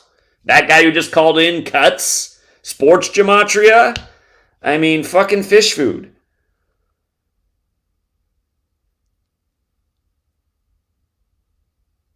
Oh, I'll start doing college football once baseball season's over, man. We've murdered college football many a times before. However, last year I did have my worst year ever, so I am still a little bit sore about last year's college football season. Sports gematria is trying to bait cuts into, little fellatio. Abra, you didn't have to do that again. Thank you, Abra.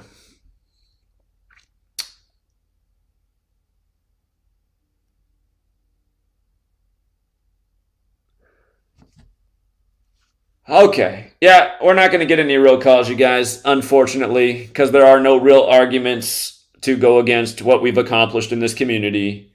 And again, the losers love when we have a bad day. It makes them feel like they've won something because we have a bad day with the picks, but we don't have nearly as many bad days as we do good days.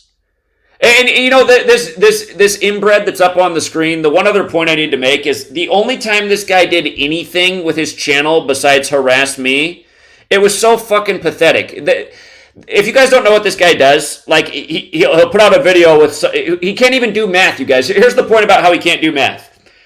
When Liz Truss was the prime minister for 45 days, this guy, for whatever reason, decided to do a video on that, and he couldn't even count how many days she was in office. He had the wrong count of days. She was in office for 45 days, which matters because the word bridge equals 45. Like a truss is part of the architecture of a bridge. And again, the operation for when the Queen died was called Operation London Bridge. And remember, Liz Truss became the prime minister on 9/6. 2 days before the Queen died at age 96, something we predicted a mile out why she would go at 96. But this fucking moron, for whatever reason, decided to do a decode on that, and he couldn't even count the right amount of days that she was in office. He had a different number. And then I thought, God, what a fucking moron. You can't even count, dude. And you're making videos with these bullshit calculations about how much money you look how much money you would have lost if you went with Zach's picks last week.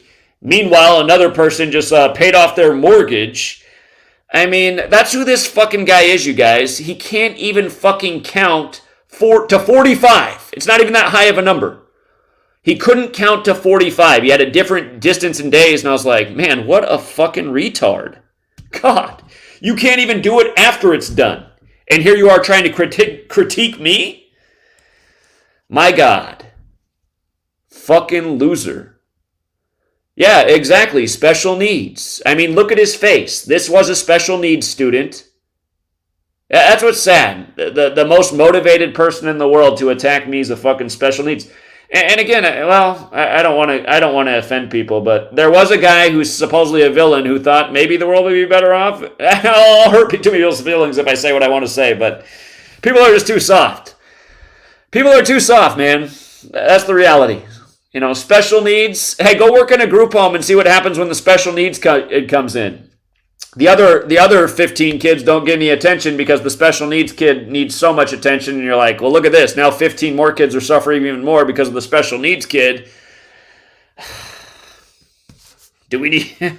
The world's overpopulated. Do we need the special needs kid? I mean, anyway. Sorry, guys.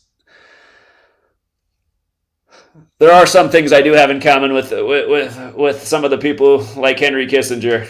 I'm not saying I'm right, but sometimes I see where they're coming from. So.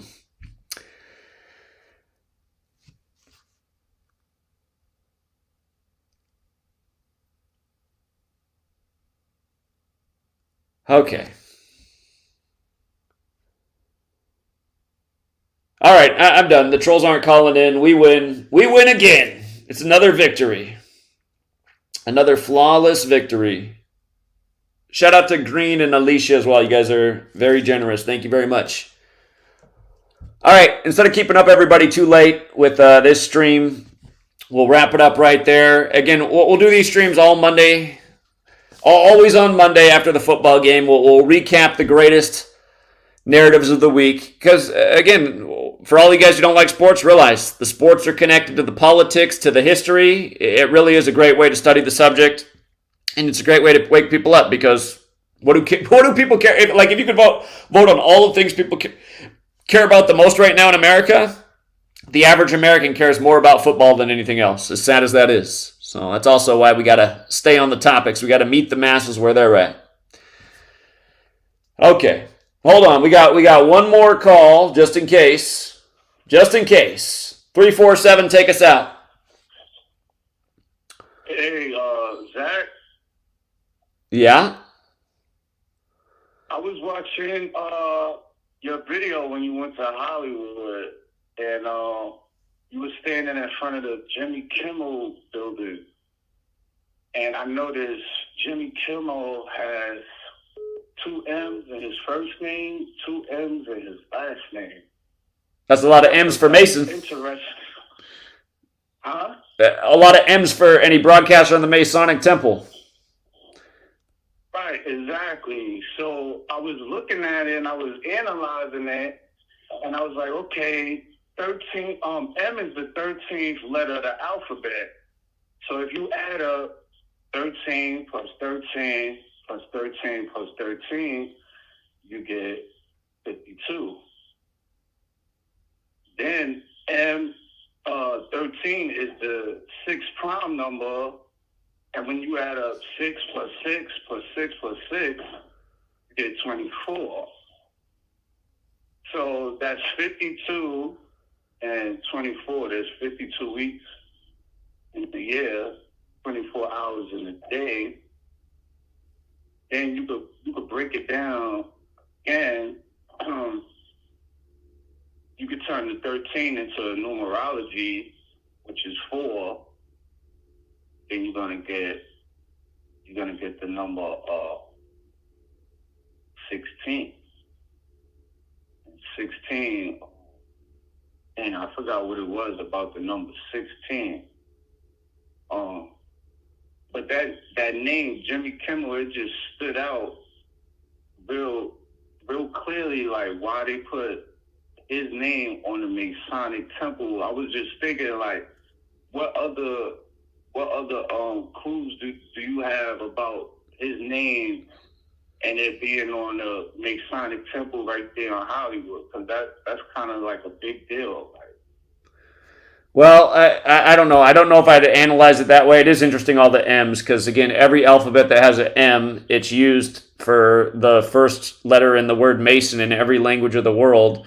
But, again, the one thing I'd really point out is that Masonry is Judaism for the Gentile, and, of course, Jimmy Kimmel's a Jew. So that's what stands out to me about Jimmy Kimmel in Hollywood at the Masonic Temple, making his little slights at, truth tellers as he supports the overlords, vaccine agendas and disarming America agendas and, overriding the First Amendment. I mean, the guy's turned into a scumbag. He used to be a funny guy on Win Ben Stein's Money, but now he's turned into a political hack. He's not funny, and he's a major part of the problem. So,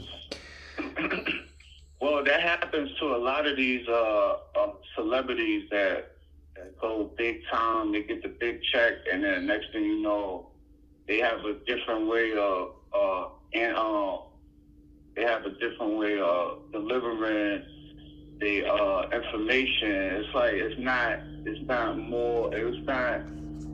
like how they first started, it's like they changed up their whole thing. Like even Chris Rock, he did that. You know what I mean? He used to be a real funny guy. Now he's on some stupid shit, like getting smacked by Will Smith, and then he's going to counseling for being smacked by Will Smith in front of everybody. Which was a total joke, and it was all synced up with the Sidney Poitier.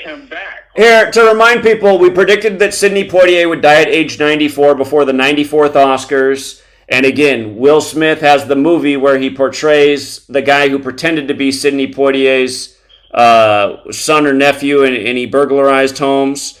But Sidney Poitier has the famous slapping scene. And again, that was the 94th Oscars. Sidney Poitier dead at 94. He was the first black actor to win Best Actor, and it was for a 94-minute film about saving Catholic nuns when Roman Catholic Church is 94. But anyway, man, I appreciate the call. Thank you. All right, Jack. I'll talk to you another time. All right, later.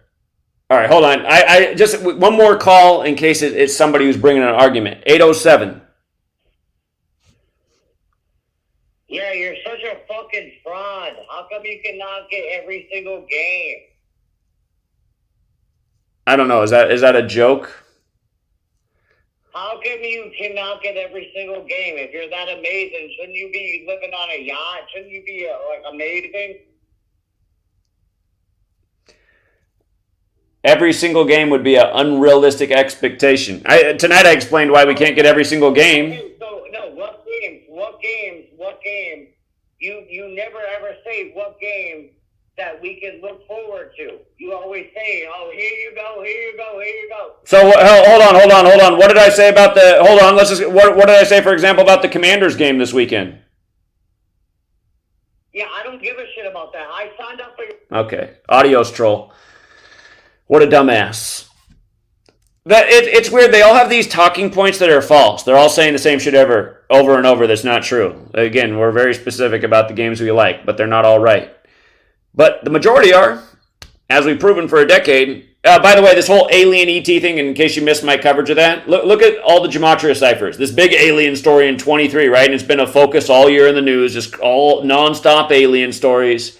But they said that this alien corpse unveiled in Mexico's Congress, they said it looked like E.T. Well, just happened to happen 41 years after the E.T. movie came out. Alien 41 with the most simple cipher, 23 with numerology, and from the E.T. movie's release date to the day that the corpses were shown in the Mexican Congress, it was the 94th day from the anniversary of the film. When you run the alphabetical order in reverse, Alien 94.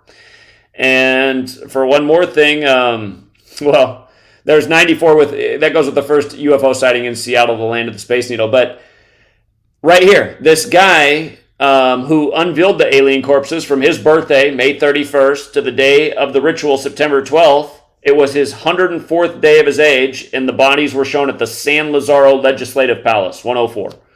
Just like we show day after day. News, international news, sports, international sports, U.S. election, international elections. The same shit's going on worldwide because the whole world's on the Catholic Church's calendar. English is the language of the new world. It's credited to a Catholic monk.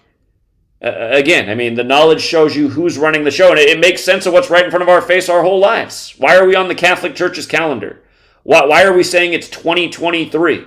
Why is today September? Well, now it depends on where you are in the world. Well, I guess it's probably September 19th in most places right now. But again, I mean, you just start to look at the facts. English, Catholic, calendar, Catholic, Catholic Church all over the world. All roads lead to Rome. Education system, Catholic. You start to look at it, it all starts to make a lot of sense, and then you learn their little Kabbalistic code, and it makes more sense than you ever knew. So, again, how come every single day I'm able to decode all the headlines and show this shit every single day if gematria is not true? Or, again, where's the fraud? Where's the fraud when it's all facts? Here's a fact. My first video was a prediction that landed, and we've had a lot more since then. Okay.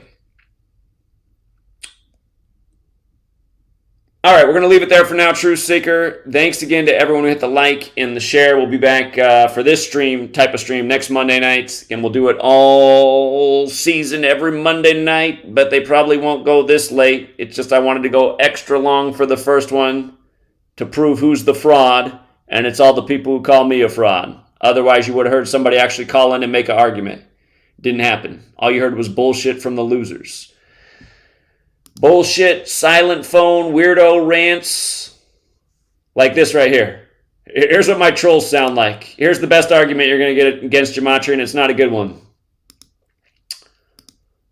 Need or want all the smoke with all these people, but then at the same time, it's like, I'm not going to just go along with rat trash shit that's getting you set up to get you set up in the future that you're so dumb you didn't realize it. You guys want a treat? I scared them. Give me a baby. I gotta give them a treat now.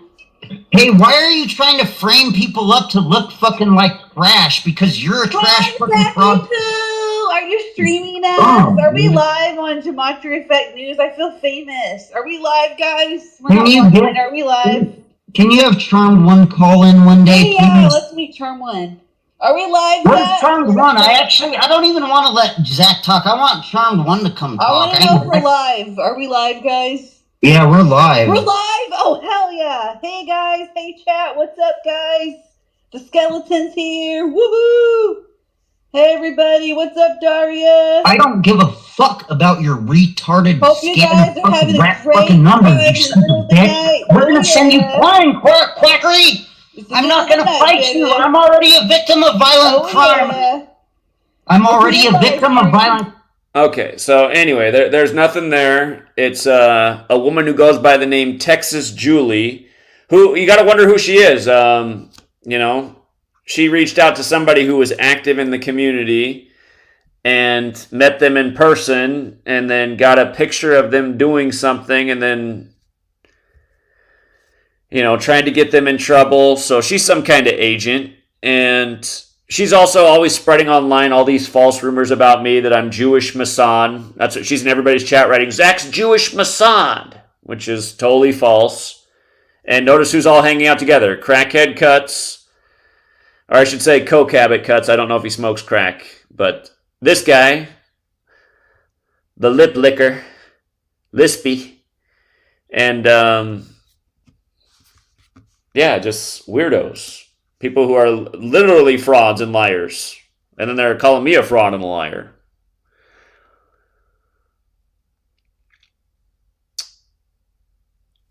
But yeah, there it was. There was the critics just talking out of their ass with nothing. So anyway, we've heard it from the critics. They got nothing. It's another W for Team Gematria. Again, thank you everyone. Hit the like and the share. And until next time, True Seeker.